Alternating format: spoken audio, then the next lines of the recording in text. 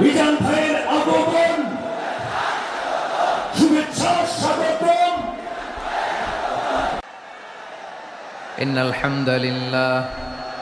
إن الحمد لله نحمده ونستعينه ونستغفره ونؤمن به ونتوكل عليه ونعوذ بالله من شرور أنفسنا ومن سيئات أعمالنا من يهده الله فلا مضل له ومن يضلل فلا هادي له أي فلن تجد له وليا مرشدا ونشهد أن لا إله إلا الله وحده لا شريك له هو الذي لا ضد له ولا ند له لا مثل له ولا مثيل له لا وزير له ولا كفيل له لا شبه له ولا شبيه له لا ولد له ولا والد له وهو الواحد الفرد الصمد لم يلد ولم يولد ولم يكن له كفوا أحد ونشهد أن سيدنا ونبينا وحبيبنا وبشيرنا ونذيرنا وطبيبنا وطبيب أرواحنا وحبيبنا وحبيب ربنا محمدا عبد الله ورسوله أرسله بالحق بشيرا ونذيرا وداعيا إلى الله بإذنه وسراجا منيرا أما بعد فقد قال الله تعالى في كلامه المجيد وفي فرقانه الحميد أعوذ بالله من الشيطان الرجيم بسم الله الرحمن الرحيم ولقد كرمنا بني آدم وحملناهم في البر والبحر ورزقناهم من الطيبات وفضلناهم على كثير ممن خلقنا تفضيلا إن الله وملائكته يصلون على النبي يا أيها الذين آمنوا صلوا عليه وسلموا تسليما اللهم صل على محمد وعلى آل محمد كما صليت على إبراهيم وعلى آل إبراهيم إنك حميد مجيد اللهم بارك على محمد وعلى آل محمد كما باركت على إبراهيم وعلى آل إبراهيم إنك حميد مجيد সকল প্রশংসার মালিককে, সকল ক্ষমতার উৎসকে, কেউ যেটা পারে না পারে কে? কেউ যেটা দেখে না দেখে কে? সে আল্লাহর দরবারে আমরা শুকর গুজার হচ্ছি। আমরা সবাই পড়ছি কালিমাতুশ শুকর, আলহামদুলিল্লাহ। সবাই একসাথে গলা ছেড়ে দিয়ে আওয়াজ করে পড়ুন, রব্বানা লাকাল হামদ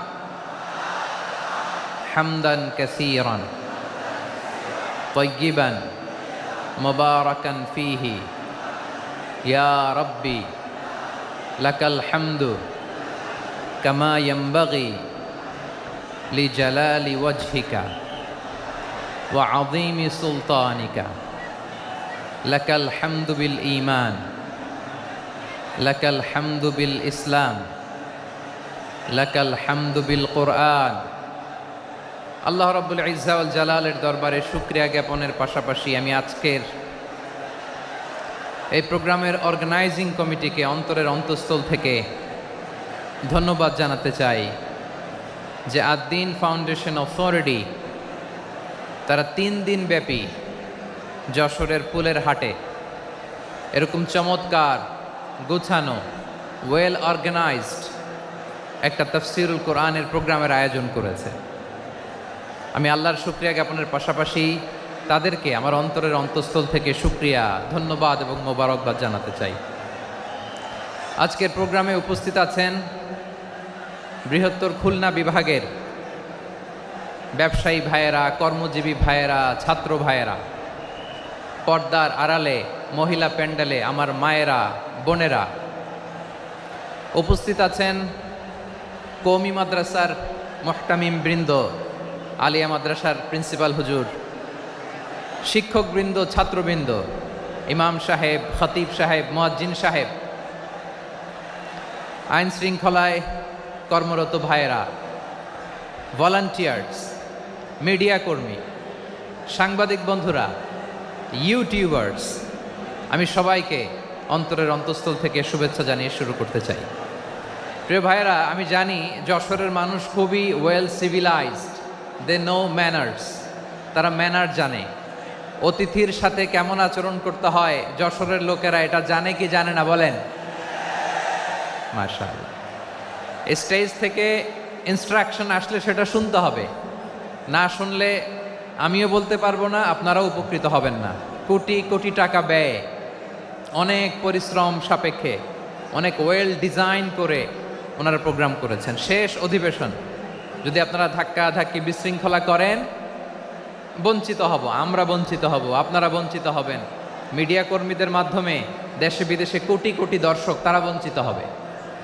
আর যদি একটা নীরব, নিস্তব্ধ, নিঝুম পরিবেশ আমাকে উপহার দেন, আমি জনগুরুত্বপূর্ণ, যেটা রাষ্ট্রের জন্য গুরুত্বপূর্ণ, যেটা সামাজিকভাবে আমাদের জন্য গুরুত্বপূর্ণ, আমার ব্যক্তি জীবনের জন্য গুরুত্বপূর্ণ, গোটা মানবতার জন্য গুরুত্বপূর্ণ, এরকম কিছু বার্তা আজকের এই ঐতিহাসিক যশোরের প্রোগ্রামে আমি রাখতে চাই ইনশাআল্লাহ।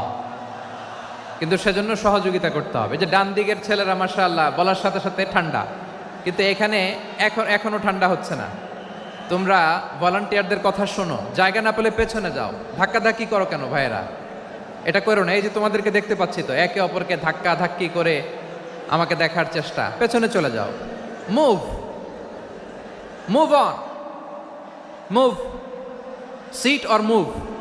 আমি বারবার থামুন, চুপ করুন বলতে পারবো না। Sit or move on. 9টা প্যান্ডেল আছে, এখানে ধাক্কাধাক্কির কোনো মানি হয় না।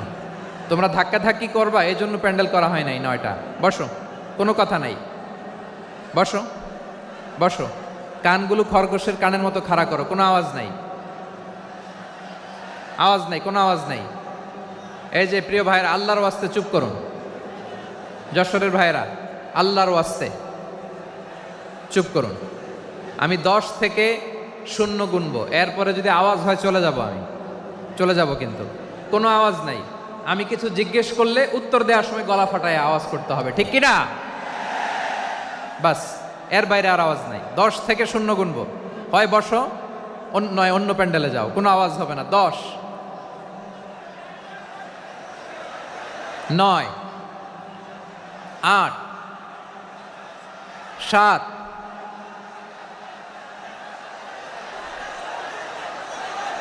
6,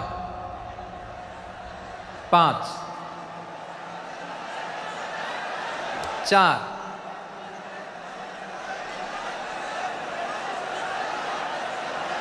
3, 2, 1, 0। প্রিয় ভাইয়েরা, অনেক আলোচনা হয়েছে 3 দিন ব্যাপী। দেশ বরেণ্য প্রথিতযশা ওলামায়ে হজরতের মুখে আপনারা অসংখ্য কথা শুনেছেন। আমলের জন্য এগুলোই যথেষ্ট, নতুন করে আমার বলার কিছুর দরকার নাই। নতুন করে উপস্থাপনের মতো বলার মতো আমার কাছে কিছু নাইও। যা বলার 1500 বছর আগে আল্লাহ তাআলা উম্মাকে বলে দিয়েছেন, ঠিক কিনা? এমন কিতাব দান করেছে যে কিতাবে ভুল নাই, যতই পড়ি ততই শেখা যায়। বিয়ন্ডলেস, বাউন্ডলেস, বটমলেস, কুল কিনারা নাই, কুল কিনারাবিহীন সাগর। পড়েন সুবহানাল্লাহ। গত 3 দিন ধরে স্কলাররা যে সমস্ত বিষয়ে কোরআন সুন্নাহর আলোকে আলোচনা করেছে, আমরা যেন সেগুলোর উপর আমল করতে পারি। আল্লাহ তৌফিক দান করুক, আমরা পড়ি আমিন।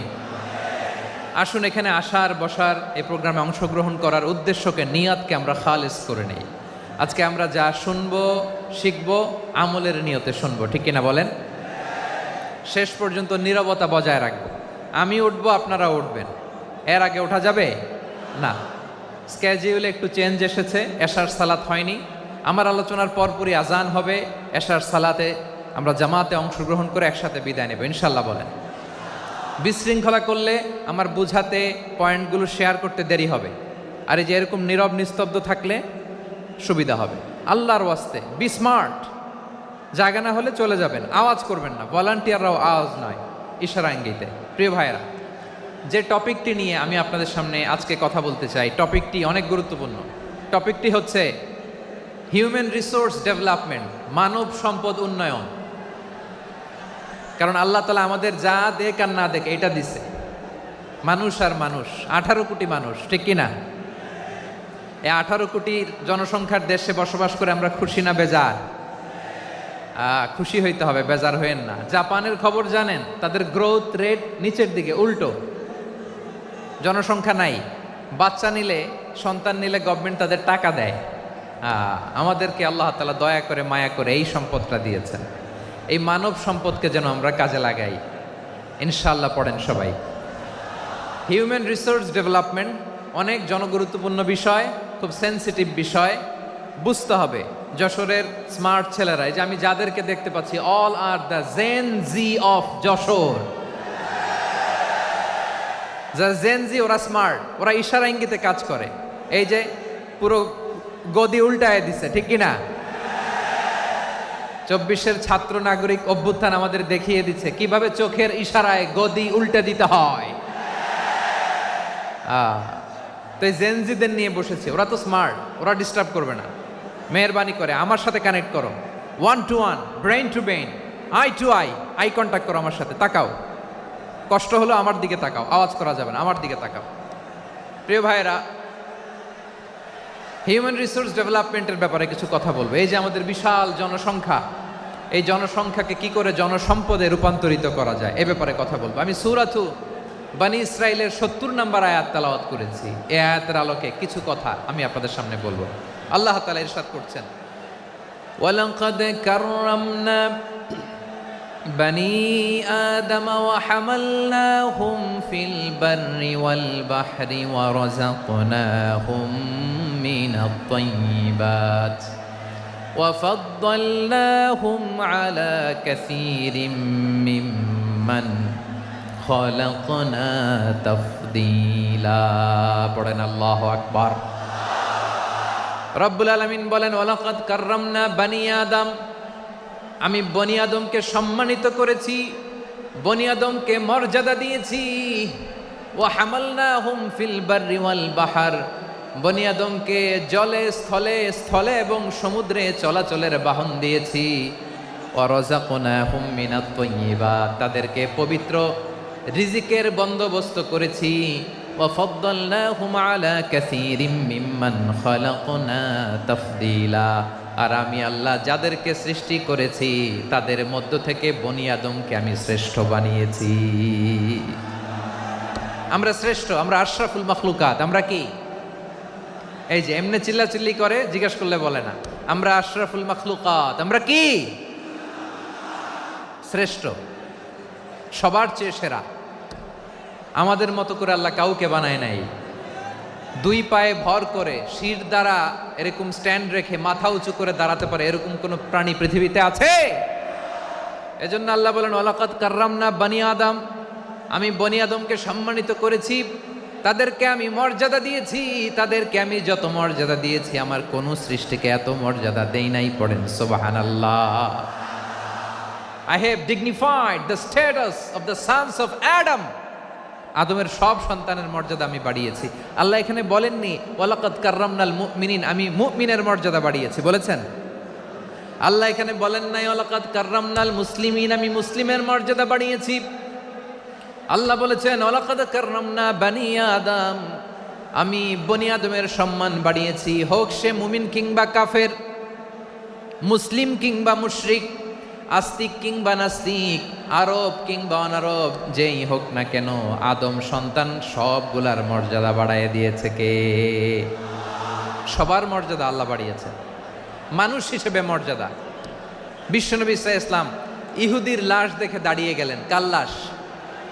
আমার যশোরের ভাইয়েরা আওয়াজ করে বলুন, কার লাশ? ইহুদির লাশ দেখে দাঁড়ায় গেলেন। সাহাবারা বললেন ইয়া রাসূলুল্লাহ, আপনি দাঁড়ালেন যে, এটা তো ইহুদির লাশ। বিশ্বনবী বললেন আওয়ালাইসাত নাফসান, এটা কি মানুষ নয়? এটা হোক ইহুদি হোক খ্রিস্টান, এটা তো মানুষ। আমি মানুষ দেখে দাঁড়িয়েছি। আই স্যালিউট দ্য হিউম্যানিটি, আমি মানবতাকে সম্মান করেছি। পড়েন সুবহানাল্লাহ। তাহলে এই জমিনে মানুষের মর্যাদা বেশি, হোক আস্তিক হোক নাস্তিক, হোক মুমিন কিংবা কাফের। আদমের সন্তান হলে, মানুষ হলেই তার মর্যাদা বাড়িয়েছে কে? আমার কলিজার টুকরা যশোরের ভাইয়েরা, মানুষের মর্যাদা আল্লাহ এত বাড়িয়েছেন, মানুষ জীবিত থাকলেও যেমনি মর্যাদাবান, মরে গেলেও মর্যাদাবান। সুবহানাল্লাহ পড়েন। মানুষ মরে গেলে এই ডেড বডিটা কি হয়? পচে যায়, গলে যায়, মাটির সাথে মিশে যায়। তাই বলে আপনি ডেড বডির সাথে যাচ্ছে তাই করতে পারবেন না। পারবেন? কেউ যদি অন্যায় করে তাকে যদি আপনি শাস্তির আওতায় আনেন, যা মনে চায় করতে পারবেন না। তারা আগুন দিয়ে পোড়াতে পারবেন না, নাক কাটতে পারবেন না, কান কাটতে পারবেন না, অঙ্গ বিকৃতি করতে পারবেন না। কারণ মানব জাতির মর্যাদা স্বয়ং দিয়েছে কে? ডেড বডি পচে যাবে, গলে যাবে। তারপরে ইসলাম বলে না, খবরদার, এই মরা লাশটারও একটা মর্যাদা আছে না নাই? ইসলাম বলে এই লাশটা গলে যাবে, পচে যাবে, কিন্তু এটার অমর্যাদা করো না। কর্পূর দিয়ে, খেজুর পাতা দিয়ে এটাকে ওয়ার্ম ওয়াটার দিয়ে, গরম পানি দিয়ে ধৌত করো। সাদা শুভ্র ধবধবে কাপড় দিয়ে লাশটাকে তুমি কাভার করো। তারপরে খাটিয়ার মধ্যে লাশটাকে রেখে বিশাল একটা প্রোগ্রাম করো, একটা ফিউনারাল প্রোগ্রাম করো। ওই প্রোগ্রামের ডানে বায়ে পেছনে লাশটারে রাখলে হবে না, প্রোগ্রামের একেবারে সামনটাতে তুমি লাশটাকে রাখো। সুবহানাল্লাহ। একটা ফিউনারাল প্রোগ্রাম করতে হবে, তাকে শেষ বিদায় জানাতে হবে, যেটাকে আমরা জানাজা বলি। কি বলি? জানাজা মানে মাইয়েতের জন্য দোয়া, তার জন্য দোয়া করা হয়। তাকে একটা সিস্টেমেটিক অর্ডারে কবরে রাখা হয়, সুন্দরভাবে সেটাকে কবরস্থ করা হয়, মাটি দেয়া হয়, পানি দেয়া হয়। তার মানে মরে গেলেও মানুষের সম্মান বাড়ায় দিয়েছে কে? এজন্য আল্লাহ বললেন ওয়ালাকাদ কাররামনা বানি আদম, বনি আদমের সম্মান মর্যাদা আমি আল্লাহ বাড়িয়ে দিয়েছি। মানুষের সম্মানে তুমি কখনো আঘাত করো না, ঠিক কি না? তাহলে ভাই, প্রথম মেসেজ হচ্ছে, the first and foremost message tonight to the people of Jessore. Allah বলেন I have dignified the status of son of Adam, আমি বনি আদম সবার মর্যাদা বাড়িয়ে দিয়েছি। হোক আস্তিক নাস্তিক, হোক কাফের কিংবা মুশরিক, তার মর্যাদা বাড়াই দিছে কে? যখন বন্যা হয় আমরা ত্রাণ নিয়ে যাই, আমরা শুধু মুসলমানদেরকে ত্রাণ দেই নাকি? হ্যাঁ, আমরা মুসলমানকেও দেই, অমুসলমানকেও দেই, হিন্দুকেও দেই, বৌদ্ধকেও দেই। যেখানেই মানবতা বিপন্ন সেখানে ইসলামের হেল্পিং হ্যান্ড আছে না নাই? সুবহানাল্লাহ। কি দিন আমরা পেয়েছি, কি বিধান আমরা পেয়েছি। ওয়ালাকাদ কাররামনা বানি আদম, আমি বনি আদমকে সম্মানিত করেছি। এরপর আল্লাহ বললেন ওয়া হামালনাহুম ফিল বাররি ওয়াল বাহর, মানুষকে স্থলে এবং সমুদ্রে চলাচলের বাহন আমি দিয়েছি। স্থলে কিভাবে চলবে, জলে কিভাবে চলবে, এই বাহনের ব্যবস্থা করেছে কে? এই জেনজি, এই স্যামড়া, ইরাম করতেছো কিসের জন্য? হ্যাঁ, ইরাম করলে চলবি? হ্যাঁ, বস বস বস বস। আওয়াজ করতেছো কেন? দিবা না, কথা বলতে দিবা না আমাকে? তো এইটা বুঝি তোমাদের ভালোবাসার নমুনা? তোমাদের ভালোবাসার কারণে যদি আমি কোথাও দাঁড়াতেই না পারি, কোথাও বসতে না পারি, কোথাও দুটা কথা বলতে না পারি, এই ভালোবাসা দিয়ে কি হবে আমার? বরং ঘামতে ঘামতে ঘর্মাক্ত হব, রক্তাক্ত হব।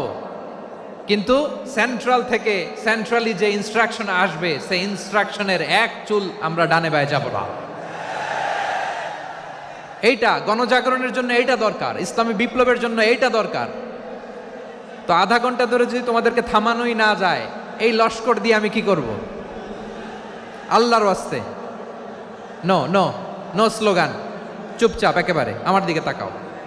আল্লাহ বললেন ওয়া হামালনাহুম ফিল বাররি ওয়াল বাহার, জলে স্থলে আমি চলাচলের যানবাহনের ব্যবস্থা করেছি। আমরা স্থলে ঘোড়ার উপরে চড়ি, উটের উপরে চড়ি, গাড়ির উপরে চড়ি। এই যে গাড়ির ইঞ্জিন বানাইছি আমরা, এটার মেধা দিয়েছে কে?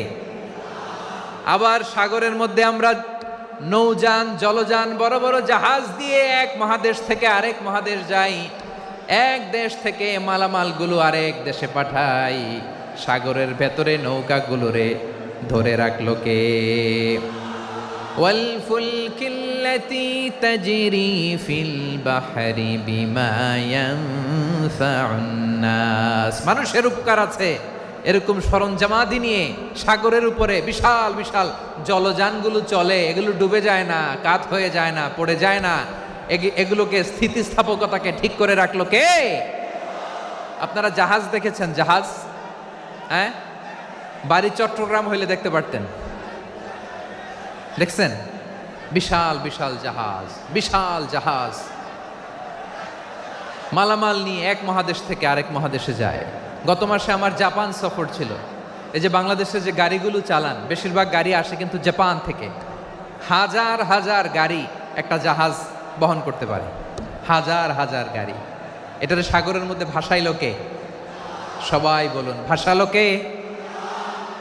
হাজার হাজার গাড়ি নিয়ে জাপানিজ গাড়িগুলো আমাদের চট্টগ্রামের এয়ারপোর্টের বন্দরে ভিড়ে। যুক্তরাষ্ট্রে আমি দেখেছি বিশাল বিশাল জাহাজ। আপনারা টাইটানিক জাহাজের নাম শুনেছেন? টাইটানিকেরও 8 গুণ 10 গুণ বড়। সুবহানাল্লাহ কইবেন না? টাইটানিক জাহাজের 8 গুণ 10 গুণ বড় একটা জাহাজ আছে, আইকন অফ দ্য সি। আমি দেখে এসেছি। রয়্যাল ক্যারিবিয়ান দেখে এসেছি।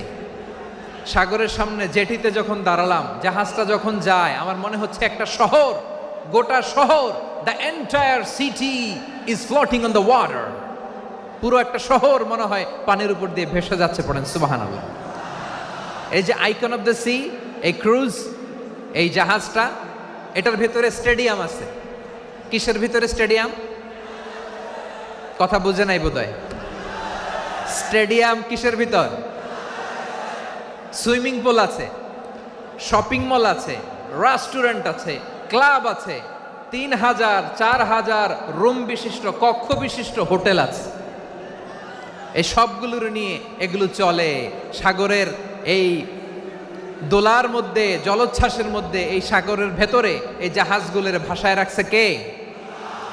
সূরাতুর আর রহমানে আল্লাহ তাআলা বললেন ওয়ালাহুল জাওয়ারিল মুনশাআতু ফিল বাহরি কাল আ'লাম ফাবিআইয়ি আলা, সবাই পড়েন, ফাবিআইয়ি আলাই রাব্বিকুমা তুকাযযিবান। পাহাড় সম বড় বড় জাহাজগুলো মাল বোঝাই করে সাগরের মধ্যে ভেসে বেড়ায়। এগুলো দিয়ে মালামাল বহন করা যায়, মানুষরা এক দেশ থেকে আরেক দেশে যায়। এই জাহাজগুলোর সাগরের ভেতরে ভাসায় রাখলো কে? এই আয়াতের ভেতরে আল্লাহ তাআলা সূরাত বানী ইসরাঈলের এই চমৎকার আয়াতের ভেতরে আল্লাহ তাআলা বেসিকলি মানব জাতির প্রতি তার 4টি স্পেশাল অনুগ্রহের কথা বলেছেন। কয়টি? 2টা বলে ফেলছি। 1 নাম্বার, ওয়ালাকাদ কাররামনা বানি আদম, আমি বনি আদমের সম্মান বাড়াইছি। নাকি মুসলমানদের? নাকি মুসল্লিদের? কার সম্মান বাড়িয়েছি? বনি আদমের। তাহলে human dignity, the first part of the verse talks about the human dignity. 2 নম্বর অংশে আল্লাহ তাআলা বললেন ওয়া হামালনাহুম ফিল বাররি ওয়াল বাহর, স্থলে এবং সমুদ্রে আমি তাদের জন্য চলাচলের বাহন দিয়েছি। সুবহানাল্লাহ। তার মানে smooth movement on land and sea, জলে এবং স্থলে যাতে আমরা স্মুথলি মুভ করতে পারি আল্লাহ তাআলা দিয়েছেন। 3 নম্বরে আল্লাহ তাআলা বললেন ওয়া রাযাকনাহুম মিনাত তাইয়্যিবাত, মানুষের জন্য আমি পবিত্র রিজিকের ব্যবস্থা করেছি। জলে এবং স্থলে যত প্রাণী আছে সবগুলা প্রাণীকে রিজিক দেয় কে? আমাদেরকে রিজিক দেয় কে? সাগরের মাছগুলোকে, বড় বড় তিমি মাছগুলোরে রিজিক দেয় কে? বাতাসের মধ্যে ভেসে বেড়ানো বড় বড় পাখিগুলো, স্ক্যান্ডিনেভিয়ান কান্ট্রি থেকে লক্ষ লক্ষ কোটি কোটি পাখিগুলো যে এক দেশ থেকে আরেক দেশে ট্রান্সফার হয়, এগুলোর রিজিক দেয় কে?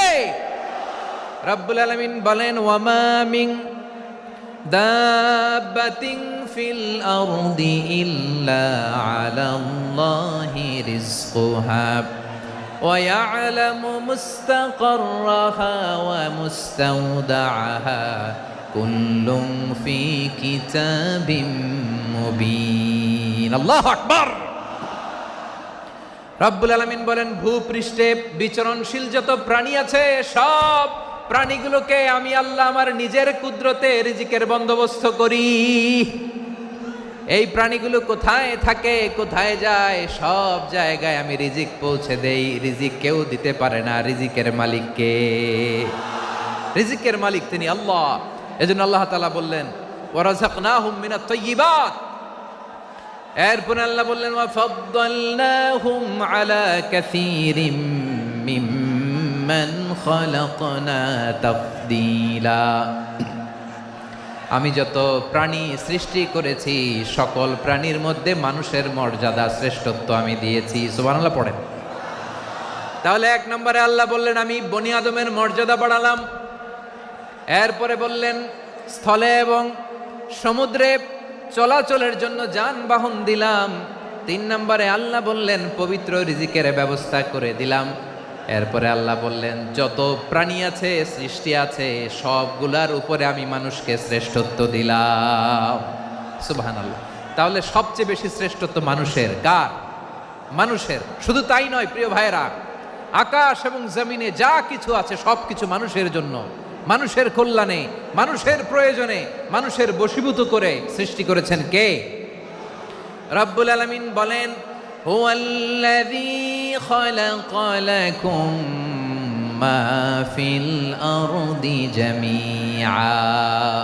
এই জমিনের মধ্যে যা কিছু আমি আল্লাহ সৃষ্টি করেছি সব কিছু আমি মানুষের জন্য সৃষ্টি করেছি। পড়েন সুবহানাল্লাহ। হুয়াল্লাযী খালাকা লাকুম মা ফিল আরদি জামিআ, যা আছে সব আমাদের জন্য, সব আমাদেরকে সার্ভিস দেওয়ার জন্য, আমাদের উপকারের জন্য, আমাদের কল্যাণের জন্য। আওয়াজ করে সবাই পড়ুন আল্লাহু আকবার।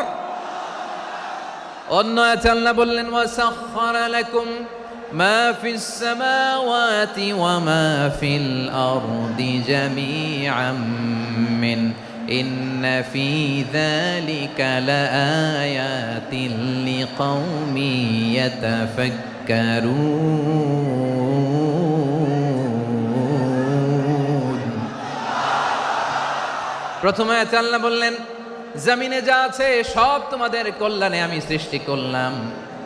এরপরে আল্লাহ বললেন আকাশেও যা আছে সব তোমাদের জন্য সৃষ্টি করলাম, তোমাদের অনুগত বানায় দিলাম। পড়েন সুবহানাল্লাহ।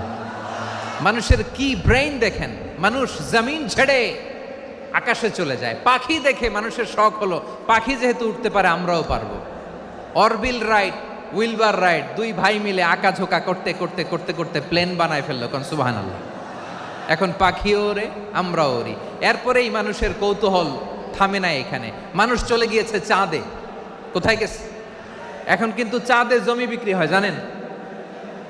পৃথিবী নিয়ে মারামারি শেষ। রাশিয়া আমেরিকা এখন ধরছে চাঁদ আর মঙ্গল গ্রহ।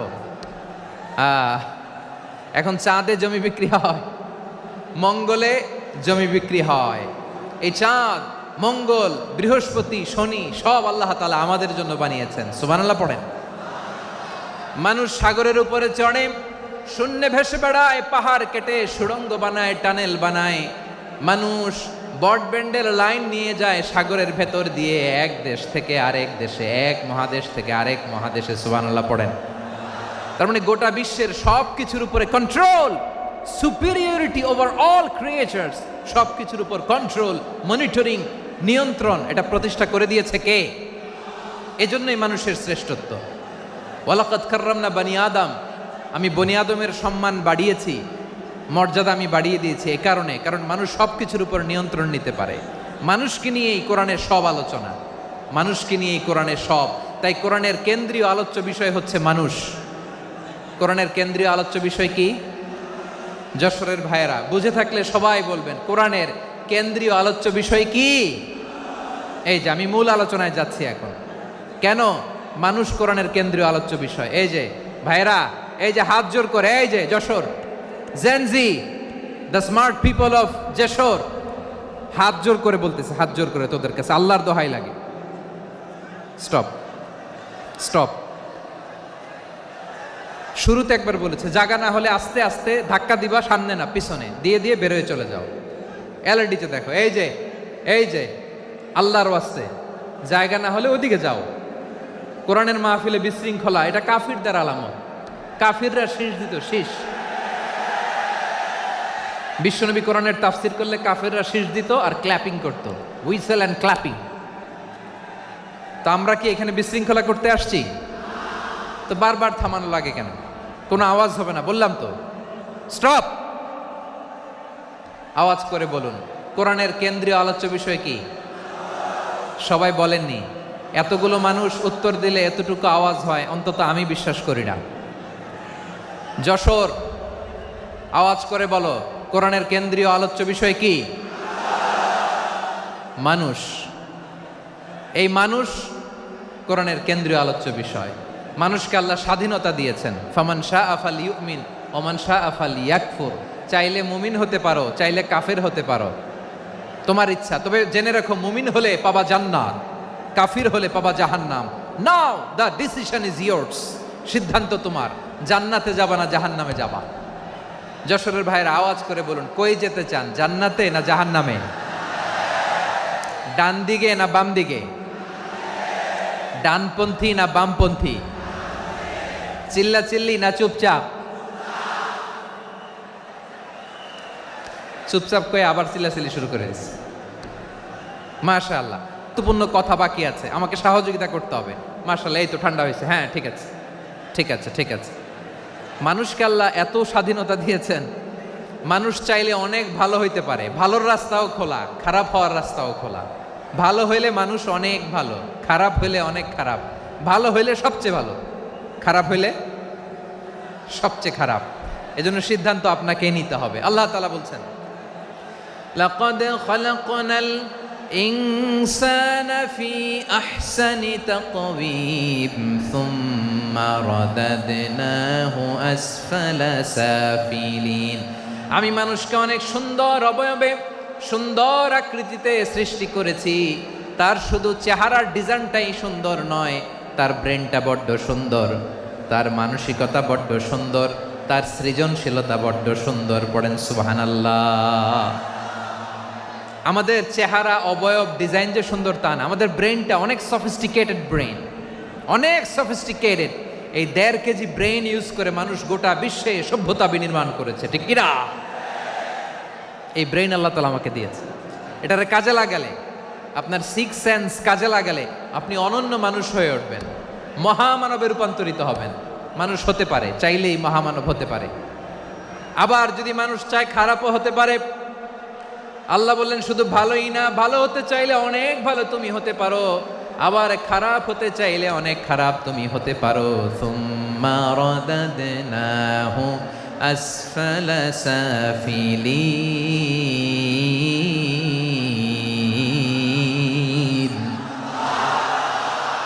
খারাপ হলে একেবারে খারাপ হতে পারো, নিকৃষ্ট হলে একেবারে নিকৃষ্ট হতে পারো, ভালো হলেও ভালো হতে পারো। কোন সুবহানাল্লাহ। এবার আওয়াজ করে বলুন ভালো হতে চাই না খারাপ, শ্রেষ্ঠ না নিকৃষ্ট? মানুষ ভালো হলে মানুষ ফেরেশতার চেয়েও ভালো, মানুষ খারাপ হলে সে পশুর চেয়েও খারাপ। কথা ঠিক কিনা বলেন? ভালো হলে ফেরেশতার চেয়েও ভালো, খারাপ হলে পশুর চেয়েও নিকৃষ্ট। তার মানে শ্রেষ্ঠত্বে মানুষ, শ্রেষ্ঠত্বে ফেরেশতাকে হার মানায়, আর অধপতনে শ্রেষ্ঠত্বে ফেরেশতাকে ছাড়িয়ে যায়, আর অধপতনে পশুকেও হার মানায়। আই রিপিট, আমি আবারও বলছি, মানুষ শ্রেষ্ঠত্বে ফেরেশতাকে ছাড়িয়ে যায়, আর অধপতনে সে পশুকেও হার মানায়। আওয়াজ করে বলতে হবে ঠিক কি না? এটার প্রমাণ কি? মানুষ শ্রেষ্ঠ হইলে যে ফেরেশতার চেয়েও সেরা, তার প্রমাণ কি?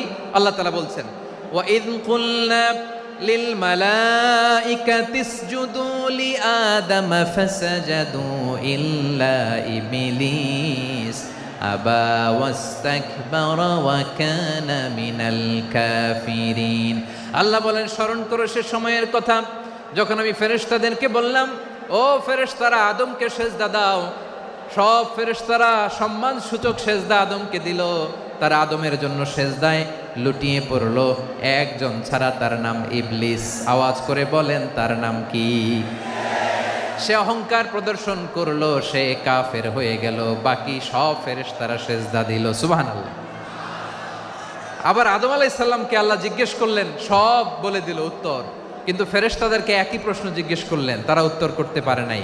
তার মানে এর মধ্য দিয়ে প্রমাণিত হয়, মানুষ ভালো হলে ফেরেশতার চেয়েও ভালো, ফেরেশতার চেয়েও মানুষের মর্যাদা বাড়িয়ে দিয়েছে কে? সব নূরের ফেরেশতা যখন মাটির আদমকে সেজদা দেয়, এটা প্রমাণ করে ফেরেশতার চেয়েও মানুষের মর্যাদা বাড়িয়ে দিয়েছে কে? তুমি মাটির আদমকে প্রথম সৃষ্টি করিয়া ঘোষণা করিয়া দিলে শ্রেষ্ঠ বলিয়া, তাই তো নূরের ফেরেশতা করে আদমকে সেজদা। ঠিক কিনা বলেন? তাই তো নূরের ফেরেশতা করে আদমকে সেজদা, সবার চেয়ে সম্মান দিলে মাটির আদমকে। আল্লাহু আল্লাহু তুমি জাল্লে জালালুহু, শেষ করা তো যায় না গে তোমার গুণগান। পড়েন না? পড়েন। আল্লাহু আল্লাহু তুমি জাল্লে জালালুহু, শেষ করা তো যায় না গে তোমার গুণগান। আল্লাহু আল্লাহু, আল্লাহু আকবার। আদমের মর্যাদা বেশি, মানুষের মর্যাদা বেশি, মানুষ শ্রেষ্ঠ, তার প্রমাণ নূরের ফেরেশতা মাটির আদমকে সেজদা করে। আওয়াজ করে বলেন ঠিক কি না? তাহলে মানুষ ভালো হলে ফেরেশতার চেয়ে ভালো, আবার মানুষ যদি খারাপ হয় সে পশুর চেয়েও খারাপ। অধপতনে পশুত্বকে হার মানায়। তার প্রমাণ, তার প্রমাণ কি? তার প্রমাণ হচ্ছে যশোরের ভাইরা দেখবেন পত্রিকায় নিউজ পেপারে মাঝে মাঝে এরকম দেখা যায়, এক মানুষ আরেক মানুষকে হত্যা করে 20 টুকরা করে বস্তার ভিতরে ভরেছে। আপনারা এই নিউজ পড়েন নাই না? দেখেন নাই? দেখছেন?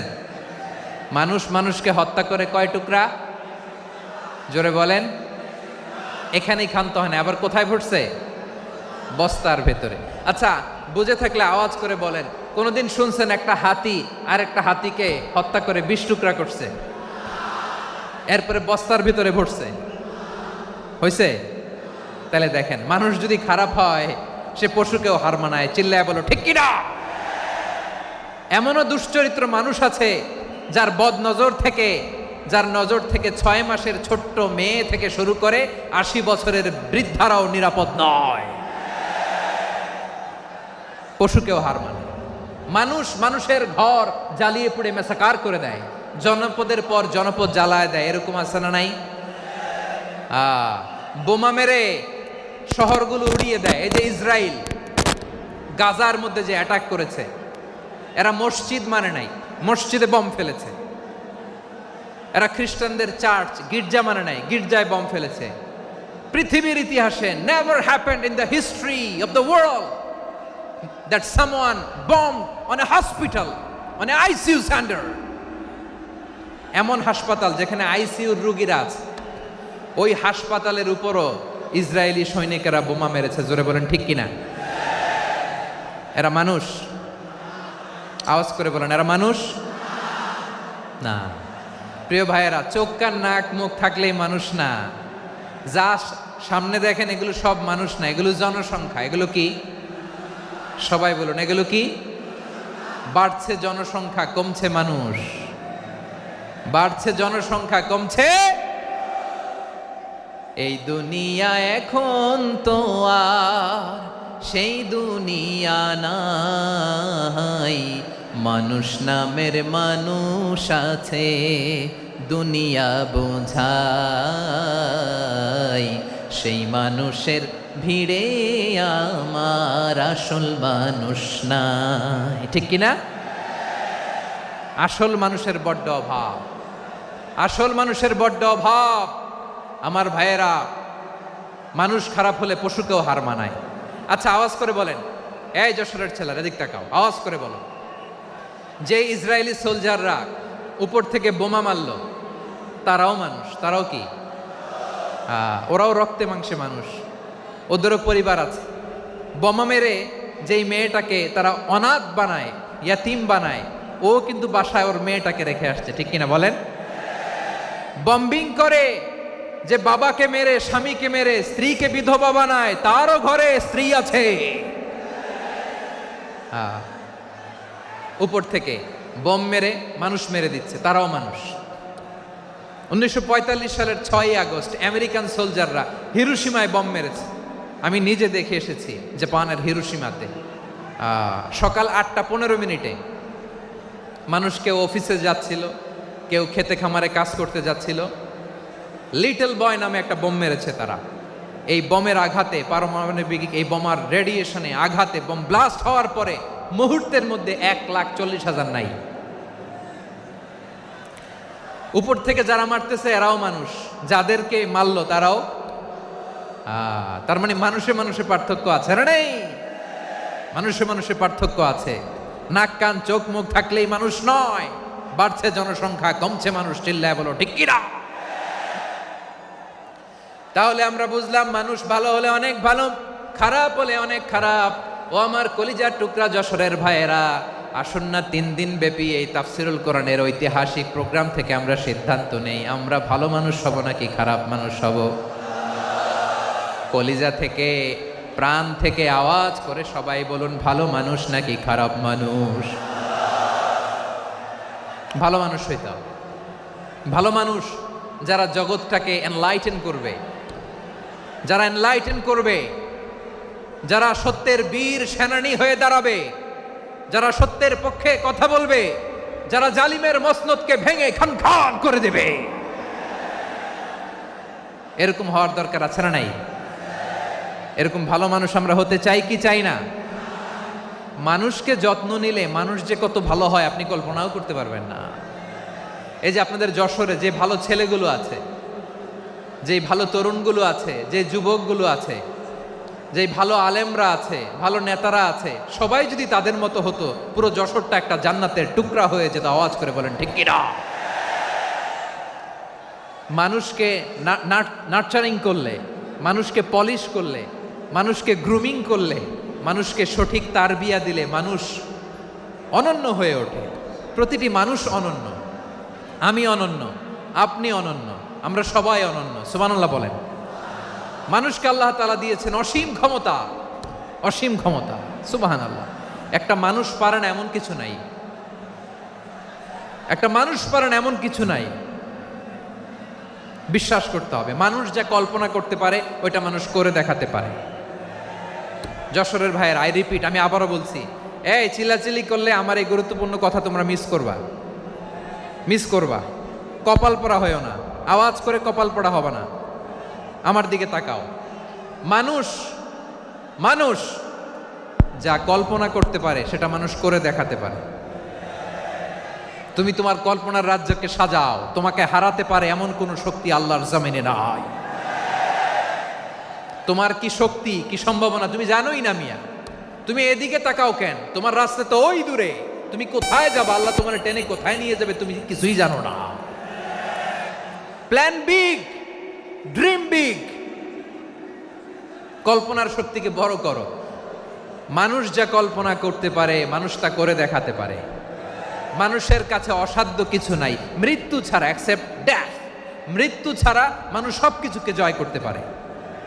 মৃত্যু ছাড়া যে কোনো অসাধ্যকে সাধন করার ক্ষমতা মানুষকে দিয়ে দিয়েছে কে? হারার জন্য তোমার জন্মই হয় নাই, তোমার জন্ম হয়েছে জিতার জন্য, বিজয়ের জন্য তোমার জন্ম। মানুষের শুরুটাই হয় বিজয় দিয়ে। যশোর, আওয়াজ করে বলো, মানুষের শুরু হয় কি দিয়ে? আমরা যখন আমার পিতার পৃষ্ঠদেশে ছিলাম, পিতার পৃষ্ঠদেশ থেকে শুক্রাণু যখন মায়ের গর্ভদেশে যেয়ে পড়ে, কতটা শুক্রাণু ভ্রমণ শুরু করে জানো? 20 কোটি শুক্রাণু। একবার সিমেন আউট হলে সেখানে 20 কোটি শুক্রাণু থাকে, ভ্রমণ শুরু করে।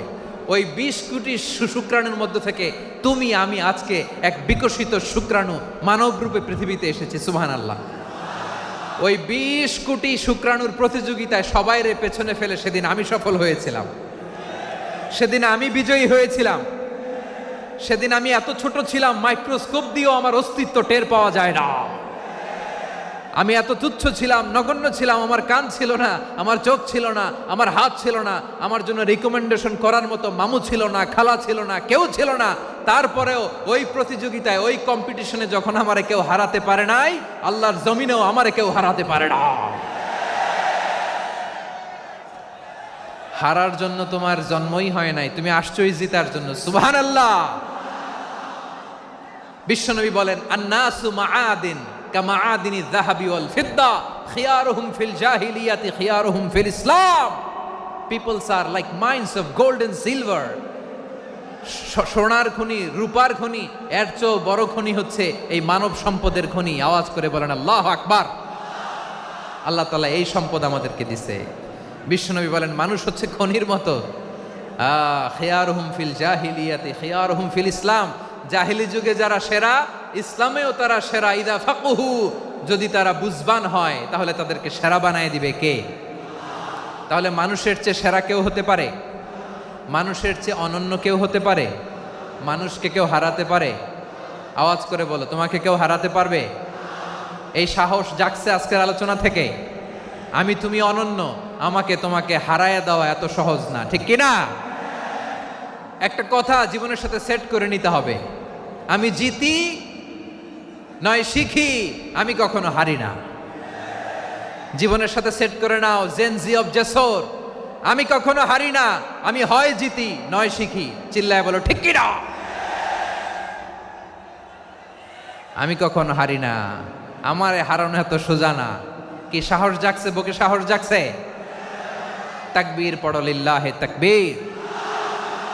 তাহলে বিশ্বনবী বললেন, নাসু মাআদিন, মানুষ হচ্ছে খনি। এই ধাক্কা ধাক্কি, আমি জানি এগুলো ভালোবাসার ধাক্কা ধাক্কি, এজন্য আমি সহ্য করে নেই। এগুলো যে ভালোবাসার ধাক্কা ধাক্কি, এটা আমরা বুঝি। পৃথিবীর কোনো আইন, সিকিউরিটি প্রটোকল দিয়ে এটারে মানানো যাবে না, কারণ এটা তো ভালোবাসা, লাভ। লাভ কোনো আইন কানুন দিয়ে বাধা যায় না, মানানো যায় না, ঠিক কিনা বলো?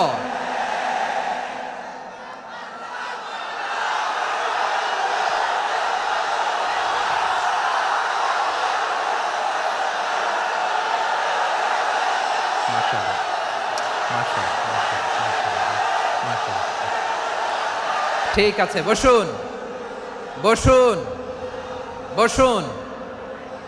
আল নাসু মাআদিন, মানুষ হচ্ছে খনি। এই খনির যত্ন নিতে হবে। আমার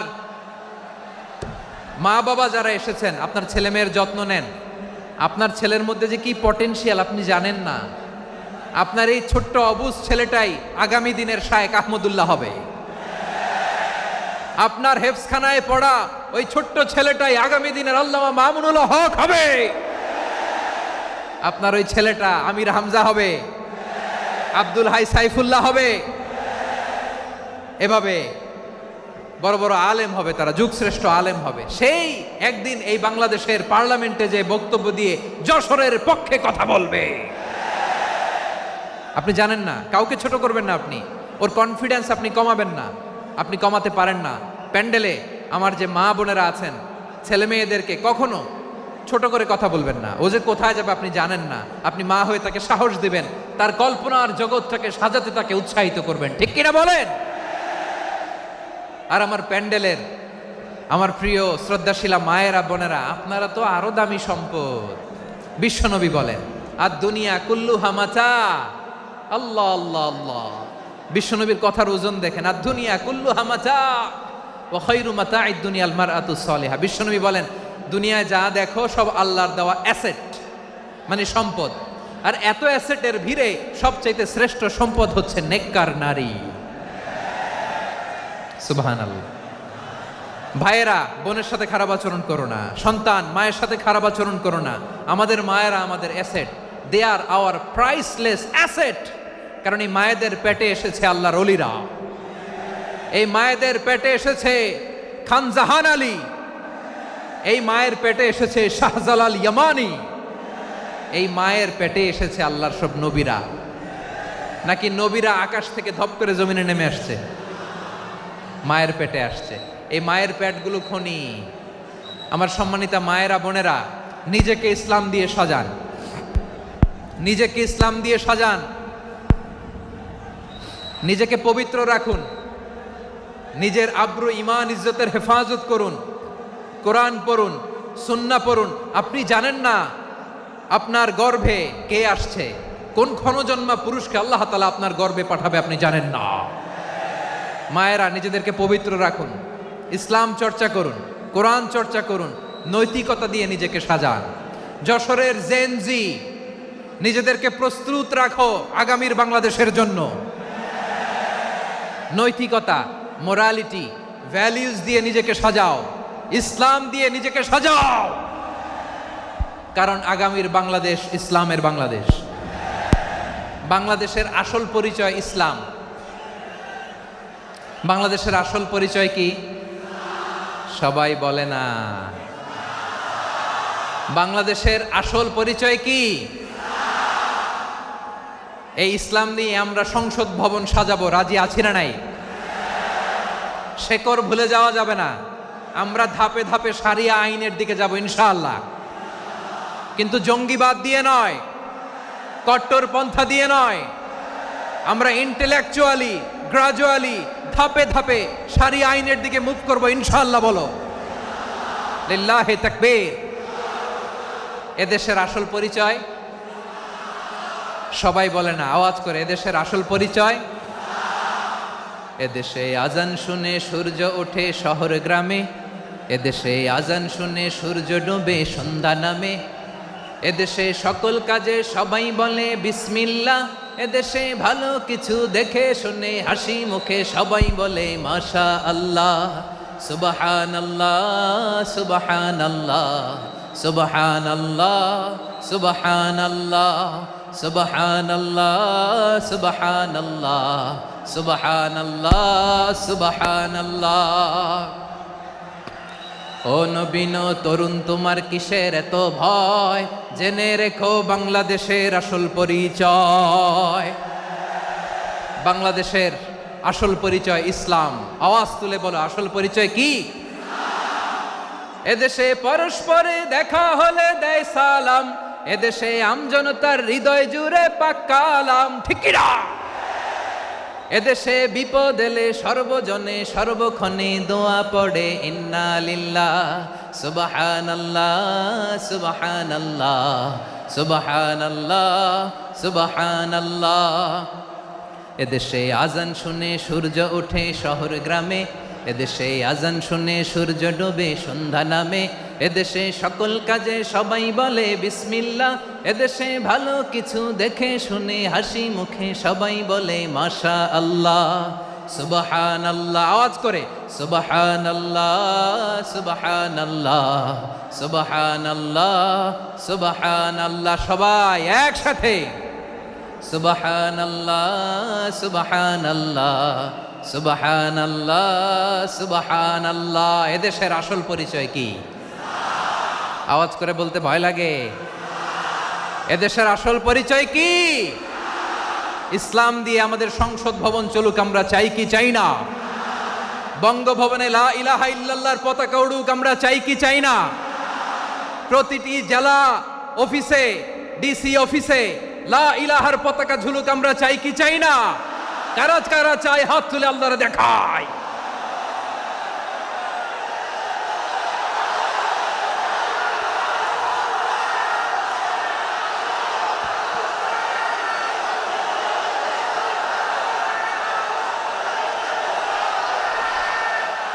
মাশা আল্লাহ, মাশা আল্লাহ, মাশা আল্লাহ, মাশা আল্লাহ। যশোর, আওয়াজ করে বলো, ভালো মানুষ না খারাপ মানুষ? বুঝে বলছো তো? মানুষ ভালো হলে যে কত ভালো। এই মানুষকে যত্ন নিলে, মানুষকে মানুষ বানালে যে সে কি হতে পারে শুনবা? হ্যাঁ, নাকি মোনাজাত দিয়ে দিব? শুনবা? তাহলে থামতে হবে। থামো, আমি যখন বলবো থামো থামো, তাকবীরের সময় দিলে তাকবীর, থামো থামো। মানুষকে যত্ন নিলে, এই এদিকে এদিকে, ড্রোন নামায় ফেলো। হয়েছে, ড্রোনের ফুটেজ হয়ে গেছে, এবার ড্রোন নামায় ফেলো। আমার দিকে তাকাও। মানুষকে, তোমরা এদিক সেদিক তাকালে তো গুরুত্বপূর্ণ পয়েন্ট মিস হয়ে যাবে। এদিকে এদিকে, হ্যাঁ মাস ঠিক আছে, এদিকে। মানুষকে যত্ন নিলে মানুষের মধ্যে যারা কি পটেনশিয়াল রেখেছে। আমি জাপানের দুইটা উদাহরণ দেই। জাপানের, এই এই এভাবে এভাবে হবে, হয় বসো নয় পেছনে, কথা নাই, কথা তো বলাই যাবে না, হারাম কথা বলা। আজকে একেবারে চুপ, আজকের জন্য হারাম করে দিছে আমি, এই কিছু সময়ের জন্য একেবারে নিষিদ্ধ। জাপানের দুইটা উদাহরণ দেই, খেয়াল করে একটু শুনেন, বুঝবেন। আল্লাহ, 2022 সালে জাপানের সাথে জার্মানির খেলা, ফিফা ওয়ার্ল্ড কাপ 2022। এক পক্ষে জাপান, আরেক পক্ষে কোন দেশ? কথা শোনে নাই। এক পক্ষে কোন দেশ, আরেক পক্ষে? সবাই এক পক্ষে, আরেক পক্ষে। ওই খেলায় জিতেছিল জাপান, জিতেছিল 22 সালের এই ফিফা ওয়ার্ল্ড কাপে। জাপান ফুটবল খেলায় জিতে, as a part of their celebration, তারা খেলার পরে পুরো স্টেডিয়ামটারে ক্লিন করে, the fan base of Japan, লক্ষ লক্ষ মানুষ খেলা দেখতে যায়, তো এত ডাস্টবিনও তো নাই, তো যারা ডাস্টবিনে জায়গা পায় নাই তারা এই যে চকলেটের প্যাকেট, পানির বোতল, চিপসের প্যাকেট তারা এদিকে সেদিকে রেখে দিয়েছে। জাপানের ভক্তরা, জাপানের ফলোয়াররা, as a part of their celebration, তারা খেলার পরে পুরো স্টেডিয়ামের সব ময়লা আবর্জনা ক্লিন করে তারপরে বিদায় নিয়েছে। তাদেরকে কি ক্লিন করার দায়িত্ব দেওয়া হয়েছিল? এই যশোর, জাপানের যে ছেলেরা খেলা দেখতে গেছিল ওদেরকে কি ক্লিন করার দায়িত্ব দিছিল? তারা কি স্টেডিয়ামের পরিচ্ছন্নতা কর্মী? তাদের আকল, তাদের সিক্স সেন্স তাদেরকে বলেছে। ছোটবেলা থেকে জাপান গভর্নমেন্ট ওদেরকে এত পরিচ্ছন্নতা শেখায়, ক্লিনলিনেস অ্যাওয়ারনেস ক্যাম্পেইন করায়। ক্লাসে আমি দেখেছি, ক্লাসে নিজের বেঞ্চ নিজে মুছে, ক্লাসের মাঝখানে একটা সময় দেয়, নিজের টেবিল নিজে মুছে, নিজের ক্লাসরুমটা নিজে পরিষ্কার করে। রাস্তাঘাটে একটা ধুলা নাই, ময়লা নাই, একটা টিস্যু নাই। খেলার পরে গোটা বিশ্বকে তাক লাগিয়ে দিয়েছে। জাপানের ফ্যানরা সবার রেখে যাওয়া গার্বেজ, টিস্যু, বোতল পরিষ্কার করে তারপরে স্টেডিয়াম থেকে বিদায় নিয়েছে। আমরা কেন এমন হইতে পারলাম না? আমরা কেন এমন হইতে পারলাম না? জাপানের যারা এগুলো করছে ওদের 3টা করে চোখ না? চোখ তো 3টা, জাপানো লাগো, জাপানো লাগো। হাত তো 4টা, কান তো 6টা। হ্যাঁ, নাকি আমার মতো 2 হাত 2 কানওয়ালা মানুষ? চোখে দেখলে ওটা মানুষ না। চিন্তা করছেন? তার মানে জাপানিজদেরকে যে গ্রুমিং করে শিখানোর মাধ্যমে পরিচ্ছন্ন বানানো গেছে, ওরা যেমনি মানুষ আমরাও মানুষ। আমাদের সন্তানদেরকে শেখালে তারাও পারবে, পারবে কিনা? 2 নম্বর উদাহরণ বলি। চট্টগ্রাম ফেনীতে যারা গিয়েছেন, মেঘনা গুমতি ব্রিজ প্রকল্প নাম শুনছেন? মেঘনা একটা ব্রিজ পার হওয়া লাগে। এই মেঘনা গুমতি, এখানে 3টা ব্রিজ, কাঁচপুর সহ এই 3টা ব্রিজের নির্মাণ কাজ, রেনোভেশনের কাজ দেয়া হয়েছিল জাপানের একটা কোম্পানিকে। কাকে?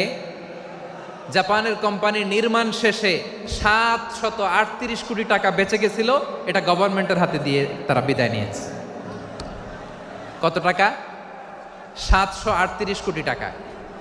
যত প্রাক্কলিত ব্যয় নির্ধারণ করা হয়েছে সব টাকা সরকার, তৎকালীন সরকার 2019-এর সরকার, কারা ছিল তো জানেন? এই 2019-এর সরকার তাদেরকে দিয়েছে। তারা রিনোভেশন নির্মাণ শেষে 738 কোটি টাকা অতিরিক্ত বেঁচে গেছিল, এটা আবার গভর্নমেন্টের হাতে বুঝাই দিয়ে তারা বিদায় নিচ্ছে। আমরা কেন এমন হইতে পারলাম না? জাপানের ওরাও মানুষ, আমরাও মানুষ, তার মানে মানুষে মানুষে পার্থক্য আছে না নাই? আচ্ছা, জাপানের 2টা উদাহরণ দিলাম, এবার আমার দেশের 2টা উদাহরণ দিব না? বাংলাদেশের দুটা উদাহরণ দেয়। 1 নম্বর উদাহরণ, গত সপ্তাহে আপনারা জানেন কক্সবাজার আমার একটা প্রোগ্রাম ছিল, তো হেলিকপ্টারে গিয়েছিলাম। ফেনী জেলা যখন পার হচ্ছি আমি দেখলাম 3টা উইন্ডমিল চিনেন তো, বিশাল পিলার, 3টা-4টা পাখা থাকে, বায়ু বিদ্যুৎ কেন্দ্র, বাংলাদেশের প্রথম বায়ু বিদ্যুৎ কেন্দ্র এটা, মুহুরী প্রজেক্ট বলে এটার সম্ভবত, মুহুরী প্রজেক্ট।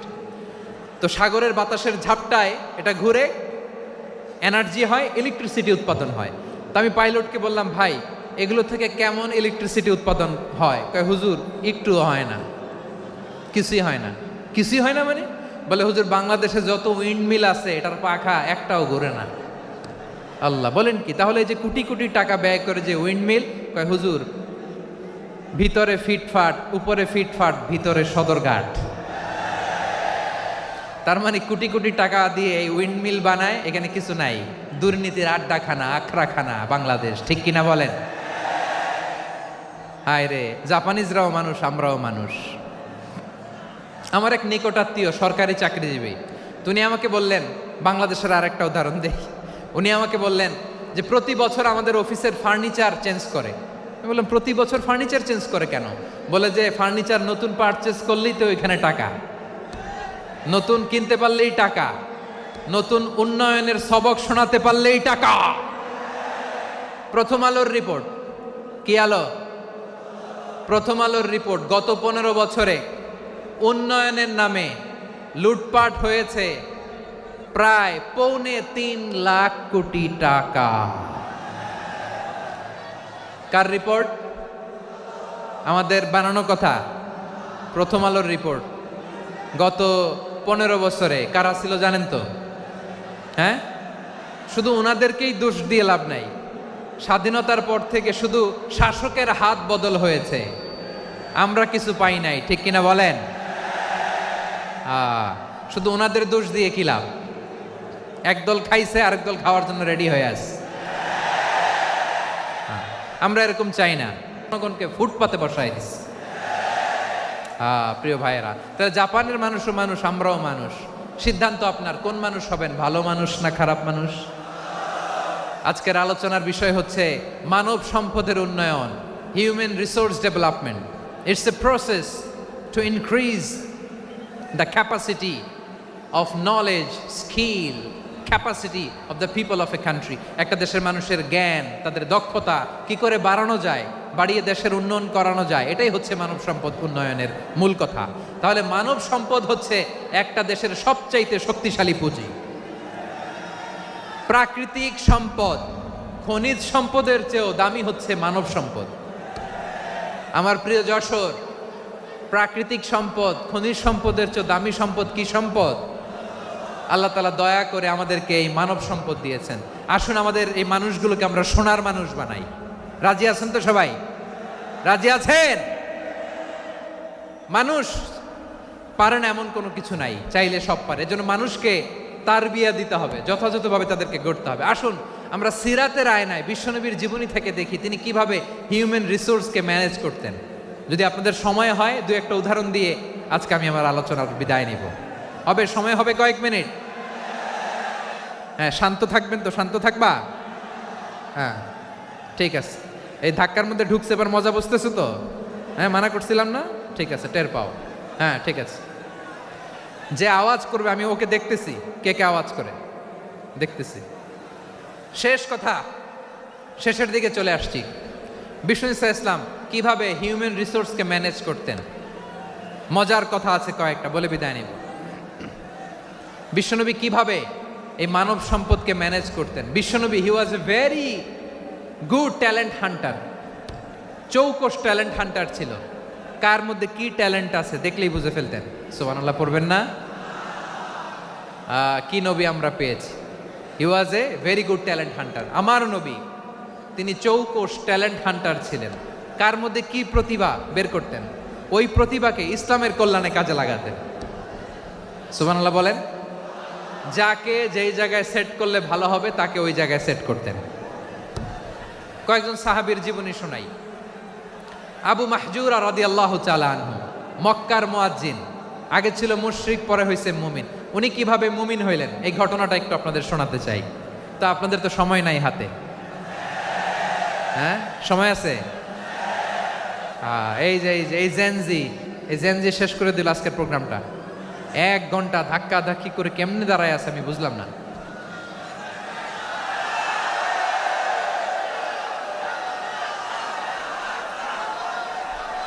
না না, তাকবির না, চুপ করতে হবে। What I need you stop, just shut up, চুপ। হ্যাঁ ঠিক আছে, এভাবে। আবু মাহজুরা রাদিয়াল্লাহু তাআলা আনহু কিভাবে মুসলিম হলেন আওয়াজ করে শুনেন। হুনাইনের যুদ্ধ 8ম হিজরি, বিষ্ণু ঈসা ইসলাম হুনাইনের যুদ্ধ শেষে ফিরতেছেন, পথিমধ্যে বেলাল রাদিয়াল্লাহু তাআলা আনহু। এই যে আবার কথা, আই রে আল্লাহ রে, এখানে ধাক্কা ধাক্কি কেন? চলে যাও, পেছনে যাও, পেছনে যাও। কি আজীব তামাশা, যেখানে যায় এখানে ধাক্কা ধাক্কি, মারামারি, গায়ের উপরে কাঁধের উপরে শাউটিং। অনেক গুরুত্বপূর্ণ কথা পয়েন্ট করে নিয়ে আসে যে বলবো, এই শাউট করার কারণে প্রোগ্রামটাই নষ্ট করে দেয়। আসছে আমার ভালোবাসা দেখাইতে, প্রোগ্রামটাই শেষ করে দিয়ে চলে যায়। স্টপ, আবার কথা বল, স্টপ। হুনাইনের যুদ্ধে 8ম হিজরি, কত হিজরি সবাই বলেন না একটু, কত হিজরি? 8ম হিজরিতে হুনাইনের যুদ্ধে রাসূল সাল্লাল্লাহু আলাইহি ওয়াসাল্লাম ফিরে আসতেছেন মদিনায়। পথিমধ্যে বেলাল রাদিয়াল্লাহু তাআলা আনহু আজান দিচ্ছেন। কি দিচ্ছেন?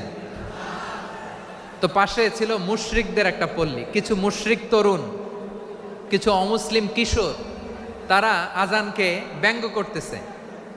আমাদের বাংলায় মুখ ভেঙ্গানো বলে আর কি।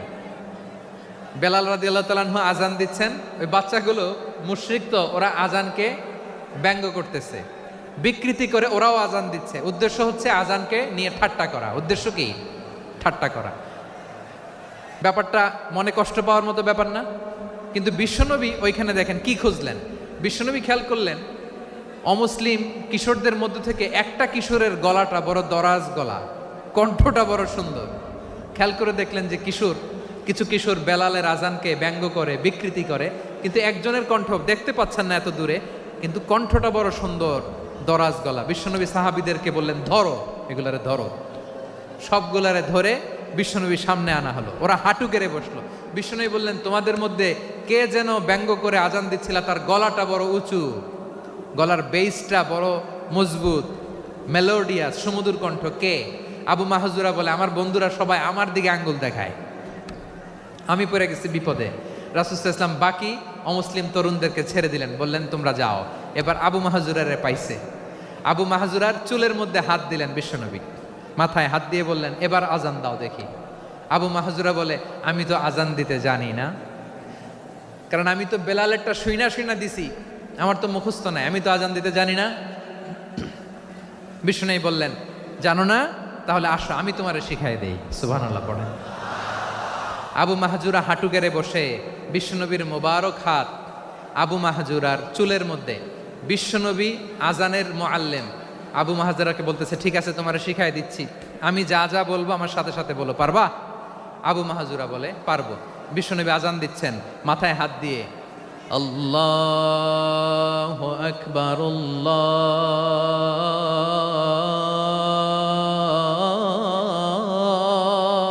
আকবার। আবু মাহজুরা এই বাক্যটা পড়লেন। বিশ্বনবী দ্বিতীয় বাক্য পড়তে আরম্ভ করলেন, আল্লাহু আকবার,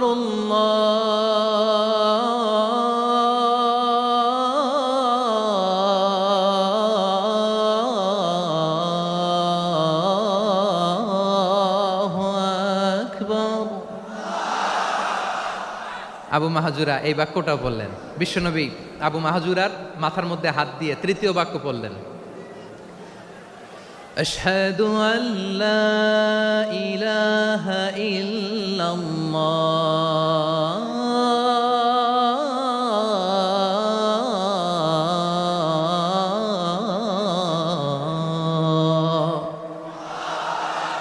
আবু মাহাজুরা তৃতীয় বাক্য পড়লেন। বিশ্বনবী একটা বাক্য পরে আবু মাহাজুরা পরে, বিশ্বনবী পরে আবু মাহাজুরা পরে। আবু মাহাজুরা কিন্তু অমুসলিম, মুশরিক। আবু মাহাজুরা বলে, এক একটা বাক্য পড়ি আমার কলিজাটা গলে ঠান্ডা হয়ে যায়।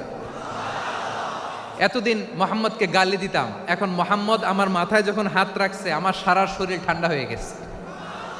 বিশ্বনবী আজান শিখাচ্ছেন, একটা একটা বাক্য পড়ে আবু মাহাজুরাও পড়ে, বিশ্বনবী পড়ে আবু মাহাজুরাও পড়ে।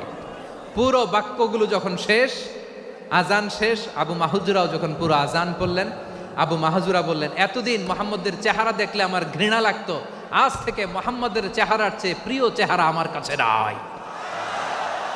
আবু মাহাজুরা বললেন, ও মুহাম্মদ, আজানের বাক্য তো আপনি আমারে শেখালেন, এখানেই শেষ করবেন না, আপনি আমারে পড়ায় দেন লা ইলাহা ইল্লাল্লাহু মুহাম্মাদুর রাসূলুল্লাহ সাল্লাল্লাহু আলাইহি ওয়াসাল্লাম।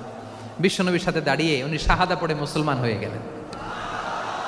এবার আবু মাহাজুরা বলে, ইয়া রাসূলুল্লাহ, ইয়া হাবিবাল্লাহ, আমি মুমিন হয়েছি, মুসলমান হয়েছি, আপনার কাছ থেকে আজান শিখার সৌভাগ্য আমি লাভ করেছি গো নবী। আমার কণ্ঠের বড় তারিফ করেছেন, আপনি আমার আজানকে আপনি পছন্দ করেছেন। একটা জিনিস আপনার কাছে চাই, আপনি আমাকে মক্কার মসজিদুল হারামের মুয়াজ্জিন হিসেবে অ্যাপয়েন্ট করে দে। বিষ্ণু ইসা ইসলাম বললেন, যাও আবু মাহজুরা, আমি তোমাকে পৃথিবীর শ্রেষ্ঠতম মসজিদ মক্কার মসজিদুল হারামের মুয়াজ্জিন হিসেবে অ্যাপয়েন্ট করে দিলাম। দেখছেন কিভাবে ট্যালেন্ট হান্টিং করতে হয়, কিভাবে হিউম্যান রিসোর্স মানব সম্পদকে ব্যবহার করতে হয়। আসছিল আজানকে ভেঙ্গাইতে, আসছিল কেন? আজানকে ব্যঙ্গ করার জন্য, বিকৃত করার জন্য। আজানকে বিকৃত করতে যে ইসলামের সবচাইতে শ্রেষ্ঠ মসজিদের মুয়াজ্জিন হয়ে গেল। পড়েন সুবহানাল্লাহ।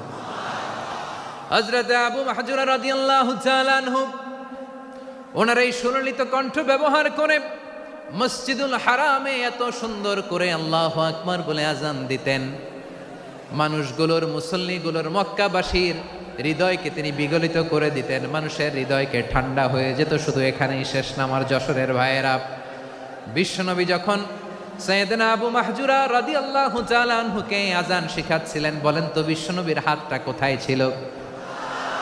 আবু মাহজুরার মাথার সামনে, এই চুলের উপরে ছিল।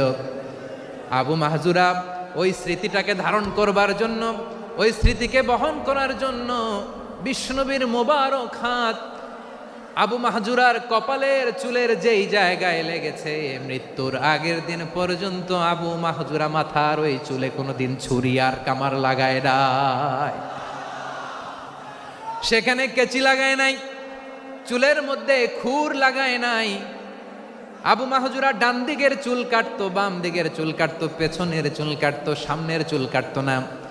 আবু মাহজুরা রাদিয়াল্লাহু তাআলা আনহুর সামনের চুলগুলো বড় হতে হতে যখন এত বড় হয়ে যায়, তিনি চুলগুলো পেঁচিয়ে মাথার মধ্যে রাখতেন, তারপরে তিনি পাগড়ি পরতেন। সবাই জিজ্ঞেস করতো, আবু মাহজুরা, এটা আবার কেমন স্টাইল? দেখতে তোমারে কি বিদঘুটে লাগে? কেমন অড লাগে? কেমন খারাপ দেখা যায়? মক্কায় এমন কোনো মানুষ তো দেখি নাই, ডানে চুল কাটে, বায়ে চুল কাটে, পেছনে চুল কাটে, সামনে কাটে না। ওরে আবু মাহজুরা, কেমন দেখা যায় তোমারে? তুমি সামনের চুল কাটো না কেন? আবু মাহজুরা বলে, আমি হাঁটু গেড়ে পেয়ারা নবীর সামনে বসেছিলাম, আমার এই মাথার চুলের মধ্যে মুবারক হাত লাগিয়ে বিশ্বনবী নিজে আমাকে আজানের প্রতিটা বাক্য শিক্ষা দিয়েছেন।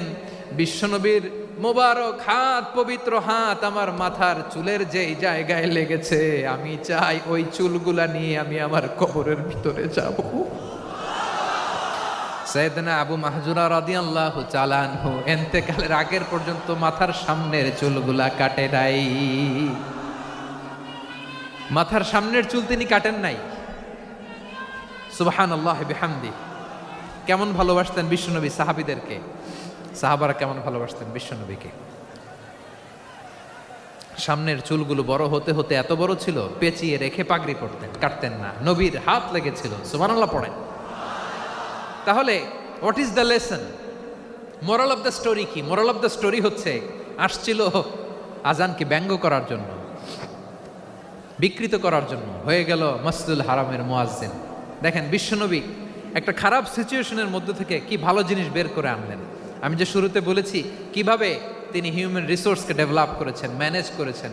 তিনি যে চৌকুশ ট্যালেন্ট হান্টার ছিল দেখেন, সবার মধ্যে থেকে এরে বাছাই করে মুয়াজ্জিন বানাই দিয়েছেন। সুবহানাল্লাহ পড়েন। তার মানে এই না সবাইরে ধরে ধরে উনি মুয়াজ্জিন বানাইছেন। যার যেই ট্যালেন্ট আছে তাকে ওই কাজে অ্যাসাইন করেছেন। যার যেই প্রতিভা আছে তার প্রতিভাকে ইসলামের কাজে লাগিয়েছেন। সুবহানাল্লাহ পড়েন। যায়েদ বিন সাবেত রাদিয়াল্লাহু তাআলা আনহু নাম শুনেছেন? যশোর কথা বেরোয় না। যদি জিগায় সালমান খানের নাম শুনছেন, সবাই হাত তুলবে, জি হুজুর শুনছি, মানে সব দেখা শেষ। সালমান খান, আমির খান, অমুক খান, সব খান মুখস্থ, কিন্তু যায়েদ বিন সাবেতের নাম মুখস্থ নাই মুসলমানদের। যেই সাহাবী মাথার সামনের চুল কাটে নাই, মসজিদুল হারামের মুয়াজ্জিন বানাইছেন বিশ্বনবী, সাহাবীর নাম কি? খায়া ফেলাইস, স্লোগানের সাথে খায়া ফেলাইস। আবু মাহজুরা, কি নাম? আবু মাহজুরা আল জুমাহি রাদিয়াল্লাহু তাআলা আনহু। এই নামটা আজকে নিয়ে যাইতে হবে যশোর। আবু মাহজুরা রাদিয়াল্লাহু তাআলা আনহু। 2 নম্বরে বলছিলাম যায়েদ বিন সাবেত রাদিয়াল্লাহু তাআলা আনহু। বিশ্বনবী দেখলেন মদিনার এই আনসারী সাহাবী হাইলি ট্যালেন্টেড, ইন্টেলেকচুয়াল, মেরিটোরিয়াস, জ্ঞানের প্রতি তার আকর্ষণ, মারাত্মক আকর্ষণ। বিশ্বনবী তাকে দায়িত্ব দিলেন, কোরআন যা নাজিল হয় তুমি লিখো, কাতিবুল ওয়াহি বানায় দিলেন। সুবহানাল্লাহ। যায়েদ বিন সাবেতরে আবার আজান শিখান নাই, কারণ তার মধ্যে বিশ্বনবী প্রতিভা দেখেছেন, একাডেমিক প্রতিভা। বিশ্বনবীর একাডেমিক প্রজেক্টগুলো তিনি হ্যান্ডেল করতেন। যায়েদ বিন সাবেত ছিল বিশ্বনবীর ব্যক্তিগত সচিব। কি ছিল? ব্যক্তিগত সচিব, বোঝেন নাই? বিশ্বনবীর ব্যক্তিগত সচিব এবং দোভাষী। ইহুদিরা কিছু লিখে দিলে এটার অর্থ বিশ্বনবীরে বুঝায় দিতেন, আবার ইহুদিদের কাছে কিছু লিখতে হলে তিনি লিখে দিতেন। বিশ্বনবী একদিন বললেন, ইন্নী ওয়াল্লাহি মা আমানু ইয়াহুদা আলা কিতাব। ইহুদিরা যে চিঠি পাঠায় অর্থ তো বুঝি না, আরেক ইহুদি আইনে অর্থ করা লাগে। আবার ইহুদিদের কাছে কিছু লিখে পাঠাইতে চাইলে আমরা তো লিখতে পারি না, ইহুদিরে দিয়ে লেখা লাগে। ওরা যে পয়রা শোনায় লিখে দেয়, আমি ওদের বিশ্বাস করি না। আমার নিজের একজন লোক দরকার। বিশ্বনবী এই যায়েদ বিন সাবেতকে চুজ করলেন ল্যাঙ্গুয়েজের জন্য। উনি বললেন, যায়েদ তোমার সফট স্কিলকে ডেভেলপ করতে হবে, তুমি হিব্রু ল্যাঙ্গুয়েজ শিখে ফেলো। যায়েদ বিন সাবেত বলল, বিশ্বনবীর মোটিভেশন আর ইন্সপিরেশন পেয়ে আমি 15 দিনে ইহুদিদের এই হিব্রু ল্যাঙ্গুয়েজ শিখে ফেললাম। শুধু শিখে ফেললাম না, হাত্তা হাদিকতু, even I became master in the language. এই ভাষা আমি পারদর্শী হয়ে গেলাম। এরপরে ইহুদিরা চিঠি লিখে পাঠালে আর কোনো ইহুদি ডাকা লাগতো না, আমি নবীর এটার অর্থ শুনে পরে বুঝায় দিতাম। আবার ইহুদিদের কাছে চিঠি লেখা লাগলে আমি যায়েদ বিন সাবেত চিঠি লিখে দিতাম। সুবহানাল্লাহ। দেখেন, এত সাহাবীর মধ্য থেকে বিশ্বনবীর একাডেমিক প্রজেক্ট, ব্যক্তিগত সচিব, দোভাষী হিসেবে তিনি যায়েদ বিন সাবেতের মতো তরুণকে নির্বাচিত করেছেন। কেমন ট্যালেন্ট হান্টার ছিল আমার নবী। সুবহানাল্লাহ পড়বেন না? বিশ্বনবীর ইন্তেকালের পরে সাইয়েদনা আবু বকর রাদিয়াল্লাহু তাআলা আনহু যখন খলিফা হয়ে আসলেন, কোরআনকে সংকলনের দায়িত্ব দেয়া লাগবে, কোন সাহাবীকে দিবেন? সব সাহাবারা মিলে পরামর্শ করলেন। সাইয়েদনা আবু বকর, ওমর সবাই মিলে এই বিশাল কোরআন সংকলনের গুরু দায়িত্ব বিশ্বনবীর ব্যক্তিগত সচিব, বিশ্বনবীর দোভাষী, বিশ্বনবীর সিলেক্ট করাই লোক যায়েদ ইবনে সাবেত রাদিয়াল্লাহু তাআলা আনহুকে দিয়েছে। কোরআনের কবি তো আজকে এখানে রাখে নাই। এই যে আজকের যে কোরআন পড়েন, এটা আগে এরকম ছিল না। কোরআন নাজিল হলে সাহাবারা চামড়ার, ওটের চামড়ায় লিখে ফেলতো, ওটের চ্যাপ্টা হাড্ডির মধ্যে লিখে ফেলতো, গাছের গুড়ির মধ্যে লিখে ফেলতো। বিভিন্ন জনের কাছে ছড়ানো ছিটানো ছিল। আবু বকর রাদিয়াল্লাহু তাআলা আনহু একসাথে করলেন, পরবর্তীতে উসমান রাদিয়াল্লাহু তাআলা আনহু একসাথে করলেন। 114 সূরার এখন এই মুসহাফ, এই কম্পাইলেশন, এই কপি আমরা পেয়েছি, যার হিউজ কন্ট্রিবিউশন ছিল। এই পুরো কোরআন কম্পাইলেশনের প্রজেক্ট ম্যানেজার ছিল যায়েদ বিন সাবেত রাদিয়াল্লাহু তাআলা। কোরআন কম্পাইলেশনের প্রজেক্ট ম্যানেজার। দেখেন, ওনারে মাথায় হাত দিয়ে আজান শিখায় নাই। সুবহানাল্লাহ কইবেন না? তাহলে প্রথম সাহাবী আবু মাহজুরাকে মুয়াজ্জিন বানাইলেন, যায়েদ বিন সাবেতকে ব্যক্তিগত সচিব আর দোভাষী বানালেন, মুসআব ইবনে উমাইর রাদিয়াল্লাহু তাআলা আনহুকে ইসলামের প্রথম অ্যাম্বাসেডর বানালেন। তাহলে তৃতীয় নাম্বার একজন সাহাবীর নাম বলছি, মুসআব ইবনে উমাইর। মুসআব কি নাম? নামটা কেমন লাগে? এই কয়েকজনের ভাল লাগে, বাকিদের ভাল লাগে না? ভাল লাগে? এই এই আর কয়েকটা মিনিট দেওয়া যাবে না আমাকে আল্লাহর রাস্তে? হ্যাঁ ঠিক আছে, আমি তোমাদেরকে ভালোবাসা দেখাবো, দোয়া করব যদি চুপ থাকো, একেবারে চুপ, কষ্ট সহ্য করো, বাকিরে যা সওয়াব পাবে তোমরা ডবল পাবা, যেহেতু কষ্ট বেশি, কিন্তু চুপ। 3 নম্বর সাহাবীর নাম মুসআব। এই ধাক্কাধাক্কি কেন, ধাক্কাধাক্কি কেন রে ভাই? না না না, এরকম হইলে আসবো না যশোর, আমি আর আসবো না। হয় পিছনে চলে যাও, নাহলে চুপ, ধাক্কাধাক্কি নেই। 3 নম্বর সাহাবীর নাম মুসআব। কি নাম? He was the first ambassador in Islam. ইসলামের প্রথম ডিপ্লোমাট, প্রথম কূটনৈতিক, ইসলামের প্রথম কূটনৈতিক, ইসলামের প্রথম ডিপ্লোমাট, প্রথম অ্যাম্বাসেডর মুসআব ইবনে উমাইর, মক্কার তরুণ যুবক। উনি পারফিউম লাগাইলে মানুষ দেখলেই বুঝতো এটা মুসআব লাগাইছে। এমন ড্যাশিং ফেসের ছিল, এমন স্মার্ট ড্যাশিং ফেস, এমন পার্সোনালিটির মানুষ ছিল মুসআব রাদিয়াল্লাহু তাআলা আনহু। কারণ যিনি ইসলামের স্পোকম্যান হবেন, মুখপাত্র হবেন, তার স্মার্ট হওয়ার দরকার আছে না নাই? আকাবার প্রথম শপথ যখন হলো, তাদের সাথে বিষ্ণু ঈসা ইসলাম মদিনাতে একজন মুখপাত্র পাঠালেন, ডিপ্লোমাটকে পাঠালেন, অ্যাম্বাসেডর অফ ইসলাম, তিনি হচ্ছেন মুসআব ইবনে উমাইর। পড়েন সুবহানাল্লাহ। বিশ্বনবী দেখলেন সে অনেক স্মার্ট, তার ডেডিকেশন আছে, সিনসিয়ারিটি আছে, এবং মদিনায় যে আউস খাজরাজ গোত্রের নেতাদের সাথে ডিল করতে হবে, ইহুদিদের সাথে ডিল করতে হবে, ওখানে একজন পাক্কা জানু খেলোয়াড়ের দরকার আছে না নাই? মুসআব ইবনে উমাইর রাদিয়াল্লাহু তাআলা আনহু, ওনাকে বিষ্ণু ঈসা ইসলাম চুজ করলেন। এবং বিষ্ণু ঈসা ইসলামের এই চুজিংটা, এই সিলেকশনটা এত সুন্দর ছিল, তিনি মদিনাতে যে বিশ্বনবী আসার আগেই মদিনার জমিনকে তিনি উর্বর করে ফেলছেন। প্রতিটা ঘরে ঘরে কালিমার দাওয়াত তিনি পৌঁছায় দিচ্ছেন।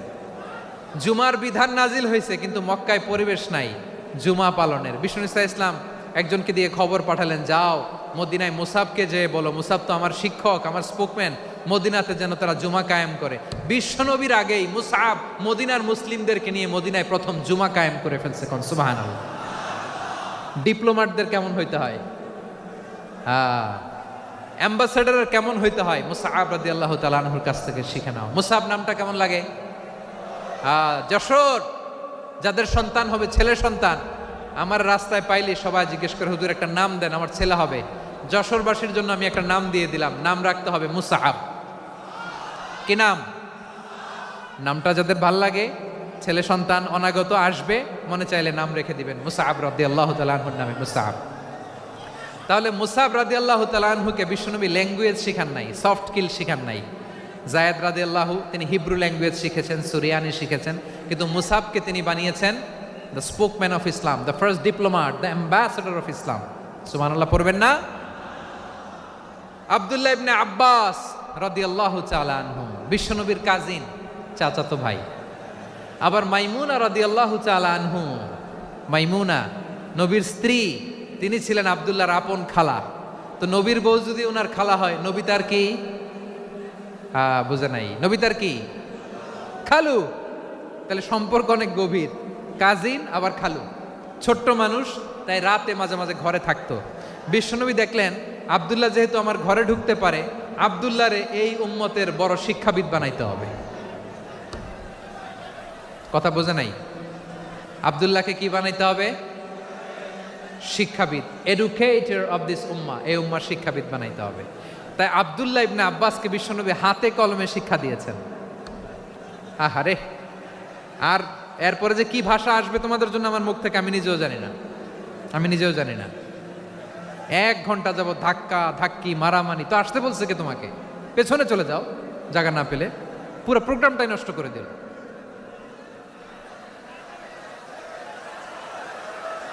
জি, আমার দিকে তাকান, আমি শেষ করে দিচ্ছি। হবে না, ইন্টেলেকচুয়াল আলোচনা এখানে হবে না, আমি বুঝতে পারছি, আমি শেষ করে দিচ্ছি। আব্দুল্লাহ ইবনে আব্বাস রাদিয়াল্লাহু তাআলা আনহু, মনোযোগ দিয়ে কয়েকটা মিনিট শুনুন, আমি এখনই শেষ করে দিচ্ছি। এরপর আওয়াজ করবে, এই যে এগুলো কি আমি বুঝলাম না। আমি বললাম না সব করা যাবে, বসে যাও, শুয়ে যাও, চলে যাও, আওয়াজ করা যাবে না। অন্যকে বসো এটাও বলার দরকার নেই, জাস্ট এদিকে তাকাও। আল্লাহ।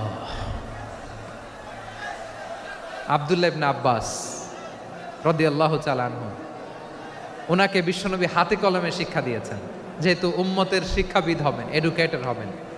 তো বিশ্বনবী রাতে যখন তাহাজ্জুদ পড়তেন, ছোট্ট আব্দুল্লাহ ঘরে থাকতো, বুঝতে পেরেছেন? ছোট্ট মানুষ তো ঘরে থাকতো। তো বিশ্বনবী তাহাজ্জুদের জন্য একবার দাঁড়িয়েছেন, ছোট্ট আব্দুল্লাহ ওযু করে দাঁড়াইছে।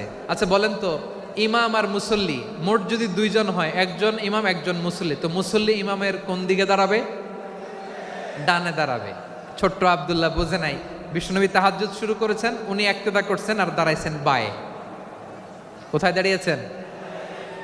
আব্দুল্লাহ বলেন, যখন আমি বায়ে দাঁড়ালাম, আখাযা রাসূলুল্লাহ সাল্লাল্লাহু আলাইহি ওয়াসাল্লাম উযুনি আল ইউমনা ইয়াফতিলুহা, বিশ্বনবী নামাজরত অবস্থায় আমার কান ধরে টেনে আমার ডান দিকে এনে দাঁড় করায় দিলেন। পড়েন সুবহানাল্লাহ। দেখেন হাতে কলমে শিক্ষা। আর জীবনে ভুল হবে? কথা কয় না, আর ভুল হবে? আর ভুল হবে না। এভাবে বিশ্বনবীর অনেক সঙ্গ পেয়েছেন, সফর করেছেন, একই বাহনে বসেছেন, এক বাহনে বসে লম্বা নসিহত করেছেন, বলেছেন, ইয়া গোলাম ইহফাজিল্লাহ ইয়াহফাজকা, ইহফাজিল্লাহ তাজিদহু তুজাহাক, ইদা সাআলতা ফাসআলিল্লাহ ওয়া ইদা ইসতাআনতা ফাসতাইন বিল্লাহ। আল্লাহর বিধান মানো, আল্লাহর বিধান রক্ষা করো, আল্লাহ তোমায় রক্ষা করবে। আব্দুল্লাহ, চাইতে হলে আল্লাহর কাছে চাও, সাহায্য চাইতে হলে আল্লাহর কাছে সাহায্য চাও। মনে রাখো, গোটা বিশ্বের সবাই যদি তোমার সাহায্য করতে চায়, ততটুকুই করতে পারবে যতটুকু আল্লাহ তোমার নসিবে রেখেছে। গোটা বিশ্ব যদি তোমার বিরুদ্ধে ষড়যন্ত্রে দাঁড়িয়ে যায়, ক্ষতি ততটুকু করতে পারবে যতটুকু তোমার জন্য বরাদ্দ আছে, এর বাইরে কিছু করতে পারবে না। আওয়াজ করে বলেন ঠিক কিনা? এভাবে হাতে কলমে শিখিয়েছেন, বিশ্বনবীর সঙ্গ পেয়েছেন। ওনাকে বিষ্ণু ইসলাম শিক্ষাবিদ, এডুকেটর অফ দিস উম্মাহ হিসেবে সিলেক্ট করেছেন, হাতে কলমে শিখিয়েছেন। বিশ্বনবী একবার প্রকৃতির ডাকে সাড়া দিয়ে এসেছেন, এখন কি করতে হবে? নামাজের জন্য অজু করতে হবে। বিশ্বনবী এসেই দেখেন অজুর বদনায় পানি ভরা, খুশি হয়ে গেলেন, বললেন, কে রেখেছে পানি? একজন বলল, আব্দুল্লাহ রেখেছে। বিশ্বনবী অত্যন্ত খুশি হলেন, খুশি হয়ে একটা দোয়া করলেন, বললেন, আল্লাহুম্মা ফাক্কিহু ফিদ্দীন ওয়া আল্লিমহু তা'ওয়ীল, আল্লাহ তুমি আব্দুল্লাহকে দ্বীনের বুঝ দিও আর কোরআনের তাফসির শিক্ষা দিও। বিশ্বনবীর এই দোয়া এমন লাগছে, উনি রঈসুল মুফাসসিরিন, এই পৃথিবীতে যত মুফাসসির ছিল, যত মুফাসসির আসবে, সকল মুফাসসিরের সম্রাট হিসেবে স্বীকৃত হয়েছেন আব্দুল্লাহ ইবনে আব্বাস। বিশ্বনবী ওনারা আজান শিখান নাই, বিশ্বনবী ওনারা ল্যাঙ্গুয়েজ শিখান নাই, বিশ্বনবী ওনারা অ্যাম্বাসাডার বানান নাই, হাতে কলমে শিক্ষা দিয়েছেন। ছোট্ট মানুষ, বিশ্বনবী ইন্তেকাল করলেন, আবু বকরের সময় গেল, ওমরে ফারুকের খেলাফত, তখনও তিনি তরুণ। ওমরে ফারুক রাদিয়াল্লাহু তাআলা আনহু ওনার ক্যাবিনেট মিনিস্ট্রির বৈঠকে এই আব্দুল্লাহ ইবনে আব্বাসকে পাশ দিয়ে বসায় রাখতেন। বয়স্ক সাহাবারা এটা পছন্দ করতো না, তারা বলতো, ঘটনা কি? আব্দুল্লাহর মতো ছেলে নাতি আমাদের আছে, এরা কেন রাখে ওমরে ফারুক? ওমরে ফারুক এটা টের পেলেন, তিনি বুঝতে পারলেন যে ক্যাবিনেট মেম্বাররা এটা পছন্দ করে না, ছোট্ট আব্দুল্লাহরা কেন রাখি, কেন যে রাখি, এটা একদিন বুঝাবো। একদিন মিটিংয়ে তিনি সবাইকে বললেন, ইদা জাআ নাসরুল্লাহি ওয়াল ফাতহ। এই আয়াত দ্বারা উদ্দেশ্য কি বলেন তো মুরব্বী সাহাবীরা? এক সাহাবী বলেন, এই সূরা দ্বারা উদ্দেশ্য, আল্লাহ বলেছেন আমাদেরকে বিভিন্ন ল্যান্ড, বিভিন্ন এলাকা বিজয় করতে হবে। ওমরে ফারুক বললেন, না, হয়নি। আরেকজন বললেন, বিজয় হওয়ার পর আমাদের বেশি বেশি আল্লাহর বরত্বের ঘোষণা দিতে হবে, এটা উদ্দেশ্য। ওমরে ফারুক বললেন, না, হয় নাই। যারে জিজ্ঞেস করেন কেউ পারে না। সব শেষে বিশ্বনবী ছোট্ট আব্দুল্লাহরে বলেন, আব্দুল্লাহ, ইদা জাআ নাসরুল্লাহি ওয়াল ফাতহ, এর দ্বারা উদ্দেশ্য কি বলো তো? ছোট্ট আব্দুল্লাহ বলেন, হুয়া আজালু রাসূলিল্লাহ। এই আয়াত দ্বারা বিশ্বনবীর বিদায়কে উদ্দেশ্য নেওয়া হয়েছে। ওমরে ফারুক বললেন, হাযা হুয়া, এটাই তো সঠিক উত্তর, এটাই সঠিক তাফসীর এই আয়াতের। কারণ ইদা জাআ নাসরুল্লাহি ওয়াল ফাতহ, যখন আল্লাহর সাহায্য আর বিজয় আসবে, ওয়া রাআইতান নাসা ইয়াদখুলুনা ফি দীনিল্লাহি আফওয়াজা, আপনি দেখবেন দলে দলে, ঢলে ঢলে, বানের পানির মতো মানুষ ইসলামের দিকে ঢুকতেছে, ইসলামের বিজয় হয়েছে। তো ইসলামের বিজয়ের মিশন নিয়ে নবী আসছে, বিজয়ী যখন হয়ে গেছে, এখন তো নবীর বিদায় হবে। জোরে বলেন ঠিক কিনা? কোন সাহাবী এই সূক্ষ্ম কথাটা ধরতে পারে নাই, ওই আব্দুল্লাহ ছাড়া। আব্দুল্লাহ যখন উত্তর দিছে, সব সাহাবীদের টনক নড়েছে। এরপর থেকে কোনো ক্যাবিনেট মিটিংয়ে আর কোনো সাহাবারা কোনো প্রশ্ন করে নাই। আওয়াজ করে পড়েন সুবহানাল্লাহ। বিশ্বনবী আব্দুল্লাহ ইবনে আব্বাসকে দ্য এডুকেটর অফ দ্য উম্মার শিক্ষাবিদ হিসেবে গ্রহণ করেছেন। আওয়াজ করে পড়তে হবে আল্লাহু আকবার। সাহাবীদের নামগুলো মনে থাকবে।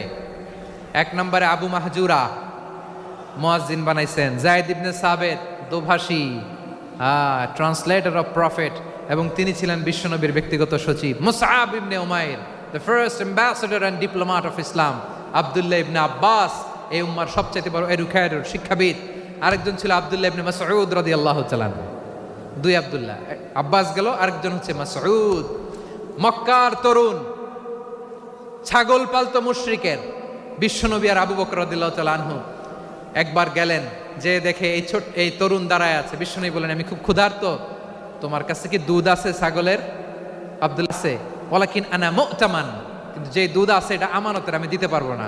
বিশ্বনবী এইটা শুনেই তারা টার্গেট করে ফেলছে। আনা মু'তামান, দুধ আছে কিন্তু এটা আমার মালিকের, আমি তো দরদ দেখাই, আমার মালিকের দুধ আপনি পথিক, আপনারে দিতে পারি না। বিশ্বনবী টার্গেট করে ফেলছেন, এরে আমার কাজে লাগাইতে হবে। বিশ্বনবী বলেন, আচ্ছা ঠিক আছে, দুধ দিও না, কিন্তু এমন ছাগি আছে কিনা যেই ছাগির সাথে কোনো ছাগলের মিলন হয় নাই, তার ওলানে দুধও আসে নাই, বাচ্চাও নাই, এরকম ছাগির থেকে যদি আমি দুধ খাই তাহলে তো সমস্যা নাই। বলতেছে, এরকম ছাগির থেকে দুধ খাইলে সমস্যা নাই, কারণ এরকম ছাগির ওলান থেকে দুধ আসবেও না। বলতেছে, ঠিক আছে, এরকম একটা ছাগি নিয়ে আসা হলো। বিশ্বনবী বিসমিল্লাহ বলে ওই ছাগির ওলানে হাত দিলেন। হাত দিতে দেরি, পুরো ওলানটা দুধে ভরে যেতে দেরি হয় না। বিশ্বনবী আর আবু বকর রাদিয়াল্লাহু তাআলা আনহু দহন করে পেট ভরে খেলেন। এই দৃশ্য আব্দুল্লাহ ইবনে মাসউদের হৃদয়ে দাগ কাটলো। এই মুজিজা দেখে তিনি বললেন, আশহাদু আল্লা ইলাহা ইল্লাল্লাহ ওয়া আশহাদু আন্না মুহাম্মাদুর রাসূলুল্লাহ। তিনি ষষ্ঠ মুসলিম ছিলেন, 6 নম্বর মুসলমান। ওনাকে টার্গেট করে বিশ্বনবী দেখলেন এমন ইন্টেলেকচুয়াল ব্রেন, উনি সূক্ষ্ম সূক্ষ্ম জিনিস বুঝে বেশি, ফিকহি জ্ঞান ওনার মধ্যে বেশি। বিশ্বনবী ওনাকে কোরআনের জ্ঞান শিক্ষা দিতে লাগলেন। উনি বিশ্বনবী সবার কাছে কোরআন শোনায়, কিন্তু বিশ্বনবী নিজে আব্দুল্লাহ ইবনে মাসউদের কাছ থেকে কোরআন শুনতো। বিশ্বনবী একবার বললেন, ইকরা আলাইয়া ইয়া মাসউদ। ইবনে মাসউদ, একবার শোনাও তো কোরআন দেখি। আব্দুল্লাহ ইবনে মাসউদ বলে, আকরাউ আলাইকা ওয়া আলাইকা উনজিল। নবী, আপনার উপর কোরআন নাজিল হয় আর আমি আপনার সামনে কোরআন পড়ব। বিশ্বনবী বললেন, ইন্নী উহিব্বু আন আসমাআহু মিন গায়রি। আমি নিজে পড়তে যেমনি ভালোবাসি, অন্যে পড়ুক আমি শুনবো, এটাও আমি ভালোবাসি। সূরা নিসা তিনি তেলাওয়াত করে শুনিয়েছেন। এমন সূক্ষ্ম বিষয় বিশ্বনবী ওনাকে ধরিয়ে দিয়েছেন। উনি হয়ে গিয়েছেন, আব্দুল্লাহ ইবনে আব্বাস হয়েছেন রাইসুল মুফাসসিরিন, উনি হয়ে গিয়েছেন ফাকিহুল উম্মাহ। ওনার চাইতে বড় ফকি এই পৃথিবী আর দেখবে না। চিল্লায় বলেন সুবহানাল্লাহ। উনি বলতেন, ওয়াল্লাহি ওয়াল্লাহি ইল্লাযী লা ইলাহা গায়রু মা উনজিলাত সূরাতুন ইল্লা ওয়া আনা আ'লামু আইনা উনজিলাত ওয়া ফিমা উনজিলাত। বিশ্বনবী এমন ভাবে কোরআনের দার্স আমাকে দিয়েছেন, কোরআনে যত সূরা নাজিল হয়েছে, যেখানে নাজিল হোক না কেন আমি জানি এটা কোথায় নাজিল হয়েছে এবং কোন প্রেক্ষাপটে নাজিল হয়েছে। এমন একটা সূরা নাই যে সূরার কোথায় নাজিল হয়েছে আমি মাসুদের জানা নাই, কোন প্রেক্ষাপটে নাজিল হয়েছে আমার জানা নাই। এরকম ঘটবে না। চিল্লায় বলেন আল্লাহু আকবার। এই আব্দুল্লাহ ইবনে মাসউদ রাদিয়াল্লাহু তাআলা আনহু ওমর ফারুকের সময় কুফার চিফ জাস্টিস ছিলেন। কুফা নগরীর চিফ জাস্টিস বোঝেন নাই? বিচারপতি। কি ছিলেন? সবাই বলে নাই, কি ছিলেন? বিচারপতি ছিলেন। এবং ওনার যে ফিকহি জ্ঞানের ধারা, এটাই আলকামা, ইব্রাহিম আন-নাখাই, হাম্মাদ ইবনে সুলাইমান হয়ে ইমাম আবু হানিফা পর্যন্ত পৌঁছেছে। এবং ওনার ফিকহি জ্ঞানের ধারাই হানাফি মাযহাবে অ্যাকসেপ্ট হয়েছে। আজও এগুলো হানাফি মাযহাবে চর্চিত হয়। হানাফি মাযহাবের সব ফিক আব্দুল্লাহ ইবনে মাসউদের ফিকহি জ্ঞানের ধারা থেকে নেওয়া হয়েছে। চিল্লায় পড়েন সুবহানাল্লাহ। তাহলে উনাকে বিশ্বনবী বানিয়েছেন জুরিস্ট, আইনবিদ, ফকিহ। উনারে আজান শিখান নাই। হিউম্যান রিসোর্স ডেভেলপমেন্ট কিভাবে করবেন, মানব সম্পদের উন্নয়ন কিভাবে করতে হয়, কিভাবে যার যেখানে প্রতিভা কাজে লাগাতে হয় উনি দেখিয়েছেন। সুবহানাল্লাহ পড়বেন না? খালিদ বিন ওয়ালিদ নাম শুনছেন? কে কে শোনেন নাই হাত তোলেন। কি ছিলেন? বীর যোদ্ধা ছিলেন খালিদ বিন ওয়ালিদ। কিন্তু তিনি ইসলাম ধর্ম গ্রহণ করেছেন অনেক দেরিতে, 8ম হিজরিতে। তার মানে 8ম হিজরির আগে উনি মুশরিকদের পক্ষে লড়াই করেছেন। ওনার হাতে কত মুসলিম সাহাবী যে নিহত হয়েছে হিসাব নাই। বিশ্বনবী টার্গেট করে রাখছে, তুমি আমাদের মুসলিমদের এত ক্ষতি করলা, তুমি যখন মুসলমান হবা তোমার দিয়ে আমি এমন কাম করামু যে এটা আর কেউ করতে পারবে না। সুবহানাল্লাহ নাই? যশোর ক্লান্ত হয়ে গেছে।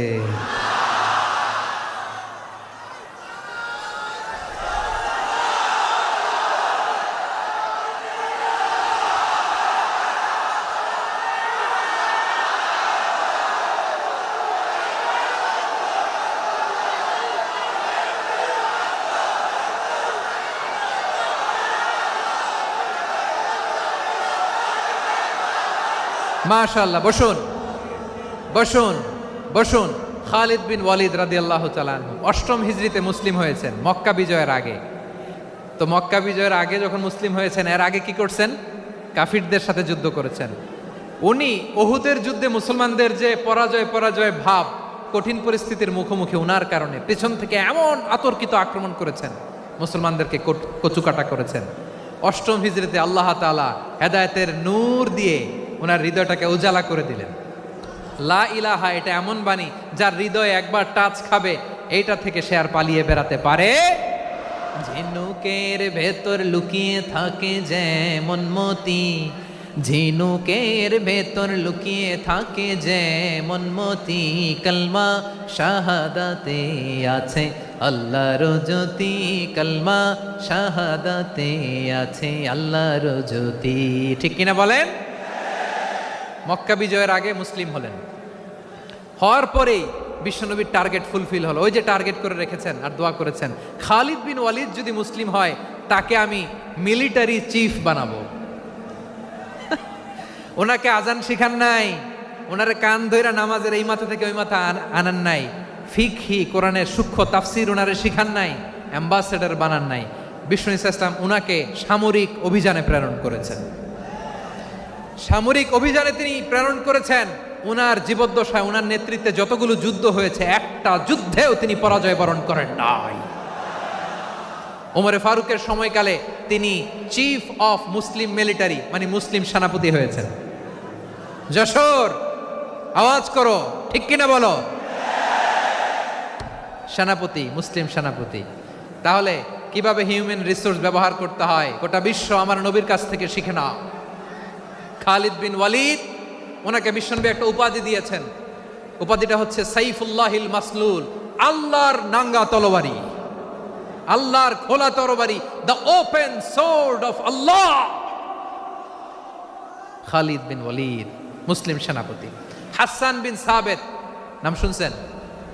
দেখি উনি কি ছিল বলেন। রাসূলের সভা কবি, কালচারাল হিজিমনিকে ডিফিট করার জন্য। উনি ভালো অস্ত্র চালানো জানতেন না, ওই কাজে উনি যেতেন না। ওনার ছিল কাব্য প্রতিভা। কাব্য প্রতিভা, কাফিররা কবিতা দিয়ে নবীকে গালি দিত। বিশ্বনবী বলতেন, ইয়া হাসান আজিব আন রাসূলিল্লাহ, তুমি নবীর হয়ে কাফেরদের এই কথাগুলোর জবাব দাও। বিশ্বনবীর একটা মিম্বার ছিল। বিশ্বনবীর মিম্বারের পাশাপাশি মসজিদে নববীতে এই হাসান বিন সাবেতের জন্য বিশ্বনবী একটা স্পেশাল মিম্বার বানিয়ে দিয়েছেন। এখান থেকে তুমি জবাব দাও। এবং বিশ্বনবী বলেছেন, আল্লাহুম্মা আইয়িদহু বিরূহিল কুদুস। আল্লাহ, হাসান আমার পক্ষে জবাব দেয়, তুমি জিব্রাইল মারফত তাকে সাহায্য পাঠাইয়া দিও। রাসূল সাল্লাল্লাহু আলাইহি ইসলামের সভা কবি, the poet of the prophet, নবীর কবি। উনি কবিতা দিয়ে, এমন উচ্চাঙ্গের ভাষায় কবিতা দিয়ে তিনি জবাব দিতেন, কাফিরদের গা শিহরে যেত, তাদের হৃদয়ে আগুন ধরে যেত। তাহলে এরকম কবিরও দরকার আছে না নাই? এখন যাকে আল্লাহ দিছে কাব্য প্রতিভা, এরা যদি আপনি যুদ্ধের ময়দানে পাঠান হবে? যারে দিছে সুরেলা গলা, এরা যদি অ্যাম্বাসেডর বানান হবে না। হাসান বিন সাবেত ছিলেন বিষ্ণু ইসলামের কবি। হুযায়ফা ইবনুল ইয়ামান বিশ্বনবীর গোয়েন্দা বিভাগের প্রধান। কিসের প্রধান?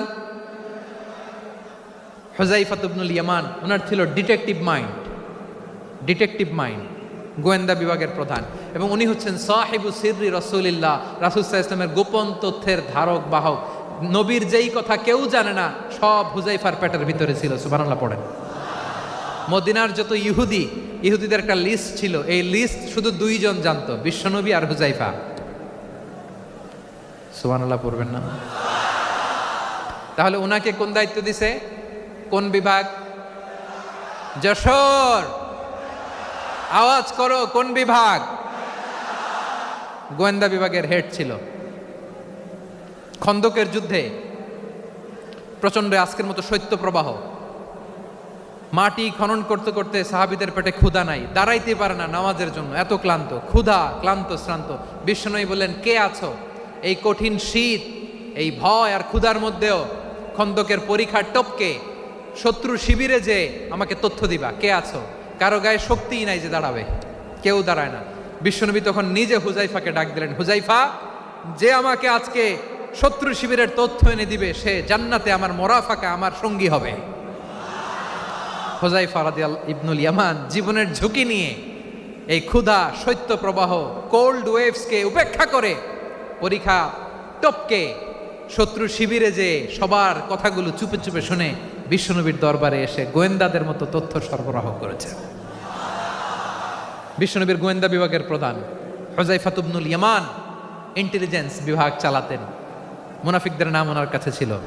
মুআয ইবনে জাবাল মদিনা রাষ্ট্রের সবচেয়ে সিনিয়র আমলা ছিলেন।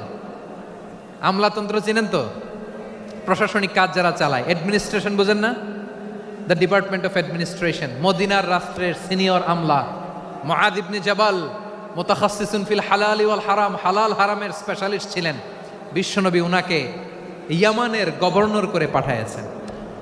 বলেছেন, ইন্নাকা তা'তি কওমান আহলা কিতাব, এমন গোষ্ঠীর কাছে যাবা এরা ইহুদি নাসারা, আগে শাহাদা পড়লে এরপরে নামাজের দাওয়াত দিও, নামাজ পড়লে যাকাতের দাওয়াত দিও। গভর্নরের অ্যাটিটিউড যেমন থাকে তেমন অ্যাটিটিউড ধরে রেখো। সুবহানাল্লাহ পড়েন। তাহলে মুআয ইবনে জাবালকে দিয়ে বিশ্বনবী কবিতা লেখায় নাই, চিঠি লেখায় নাই, আজান দেওয়ায় নাই। সুবহানাল্লাহ পড়বেন না?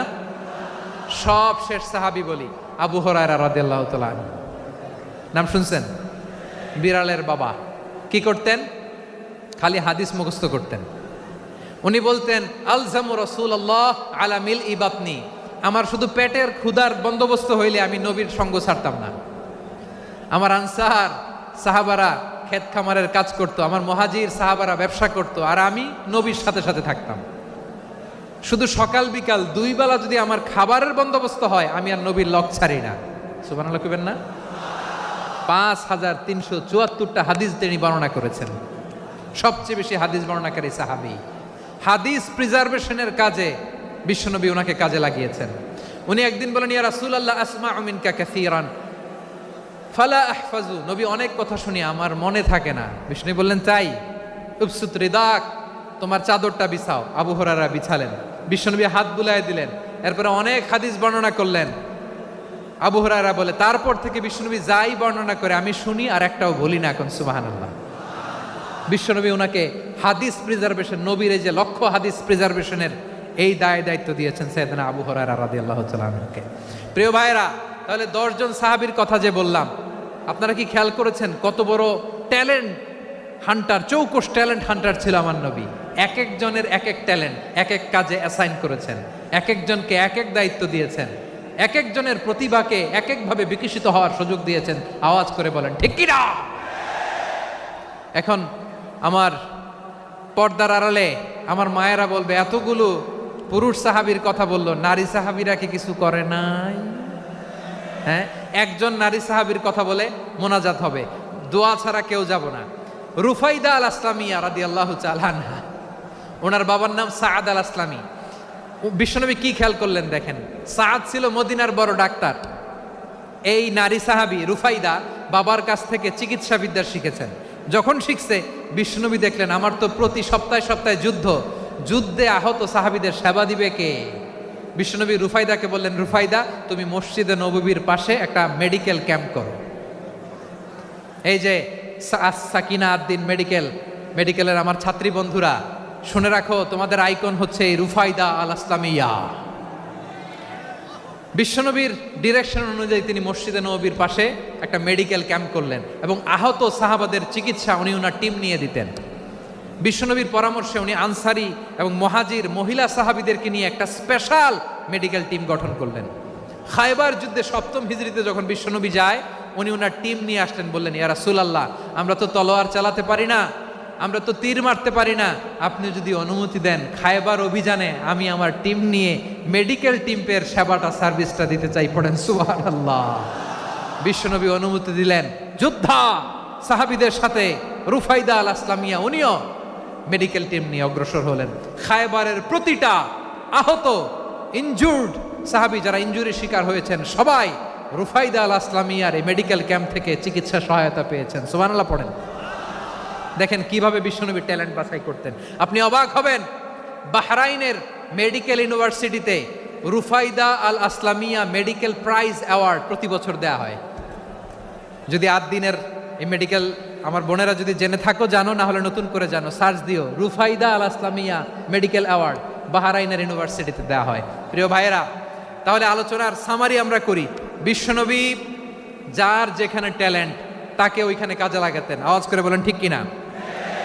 এবার একটা ইন্টারভিউ হবে, আওয়াজ করে বলেন আবু মাহজুরাকে বিশ্বনবী কি বানাইছেন? হ্যাঁ, ভুলে গেছেন? সামনের চুলে হাত দিয়ে বিশ্বনবী কি সুন্দর গলায় আজান শিখালেন। মুয়াজ্জিন। যায়েদ বিন সাবিতকে একাডেমিক প্রজেক্টের দায়িত্ব দিয়েছেন, তিনি ছিলেন বিশ্বনবীর দোভাষী ব্যক্তিগত সচিব। Musab ibn Umair the first ambassador of Islam. Abdullah ibn Abbas উম্মার বড় শিক্ষাবিদ মুফাসসির। আব্দুল্লাহ ইবনে মাসউদ, আব্দুল্লাহ ইবনে মাসউদ ছিলেন জুরিস্ট। কি ছিলেন? জুরিস্ট ছিলেন, এই উম্মার সবচেয়ে বড় জুরিস্ট। খালিদ বিন ওয়ালিদ সেনাপ্রধান। হাসান বিন সাবিত, হাসান বিন সাবিত ছিলেন বিশ্বনবীর সভাকবি। কি ছিলেন? বিশ্বনবীর সভাকবি ছিলেন। এরপরে হুযায়ফা ইবনুল ইয়ামান কি ছিলেন? গোয়েন্দা বিভাগের প্রধান। মুআয ইবনে জাবাল কি ছিলেন? সিনিয়র আমলা, ইয়ামানের গভর্নর। আবু হুরায়রা রাদিয়াল্লাহু তাআলা আনহু হাদিস প্রিজার্ভেশনের কাজ করেছেন। আর আমাদের রুফাইদা আল আসলামিয়া রাদিয়াল্লাহু তাআলা আনহা কি ছিলেন? নার্স ছিলেন, নার্স হয়ে মেডিকেল সেবা দিয়েছেন। প্রিয় ভাইয়েরা, পুরো আলোচনার যদি সামারি করি তাহলে বিশ্বনবী যেভাবে হিউম্যান রিসোর্সকে ম্যানেজ করেছেন, যার যেখানে প্রতিভা কাজে লাগিয়েছেন, আমরাও যদি করি আমাদের বাংলাদেশের চিত্র আমরা পাল্টে যেতে পারবো। আমরা শুরুতে শুনেছি মানুষের আছে অসীম সম্ভাবনা, প্রতিটা মানুষ অনন্য, যত্ন নিলে যথাযথ পরিচর্যা করলে মানুষ বিশ্ব জয় করতে পারে। ঠিক কিনা? আমাদের হাফেজে কোরআনের সামনে দাঁড়াতে পারে এমন কোনো হাফেজে কোরআন আল্লাহর জমিনে জন্ম হয় নাই। গোটা বিশ্ব কাঁপিয়ে তারা সেরা, আমাদের ক্রিকেটাররা সেরা, আমাদের তৈরি পোশাক শিল্প সেরা।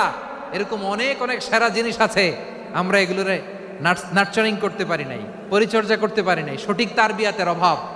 তাহলে মানুষের অসীম সম্ভাবনাকে কাজে লাগাতে হবে। ঠিক কিনা বলেন?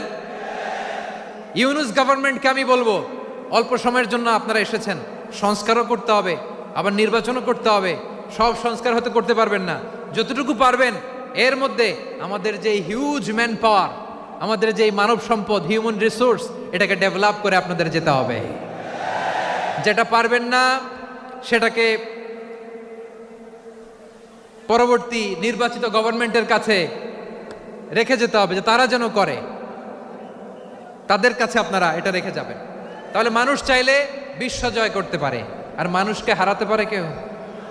জোরে বলো যশোর, মানুষকে হারাতে পারে কেউ? আল্লাহ আমাদেরকে জনসংখ্যা দিয়েছেন প্রিয় ভাইয়েরা।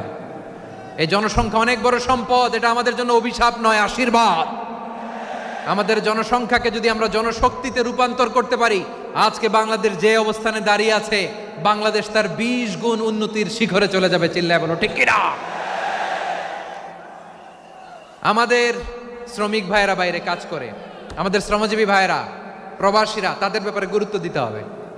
আমাদের শ্রমের দাম সবচেয়ে কম, সবচেয়ে কম।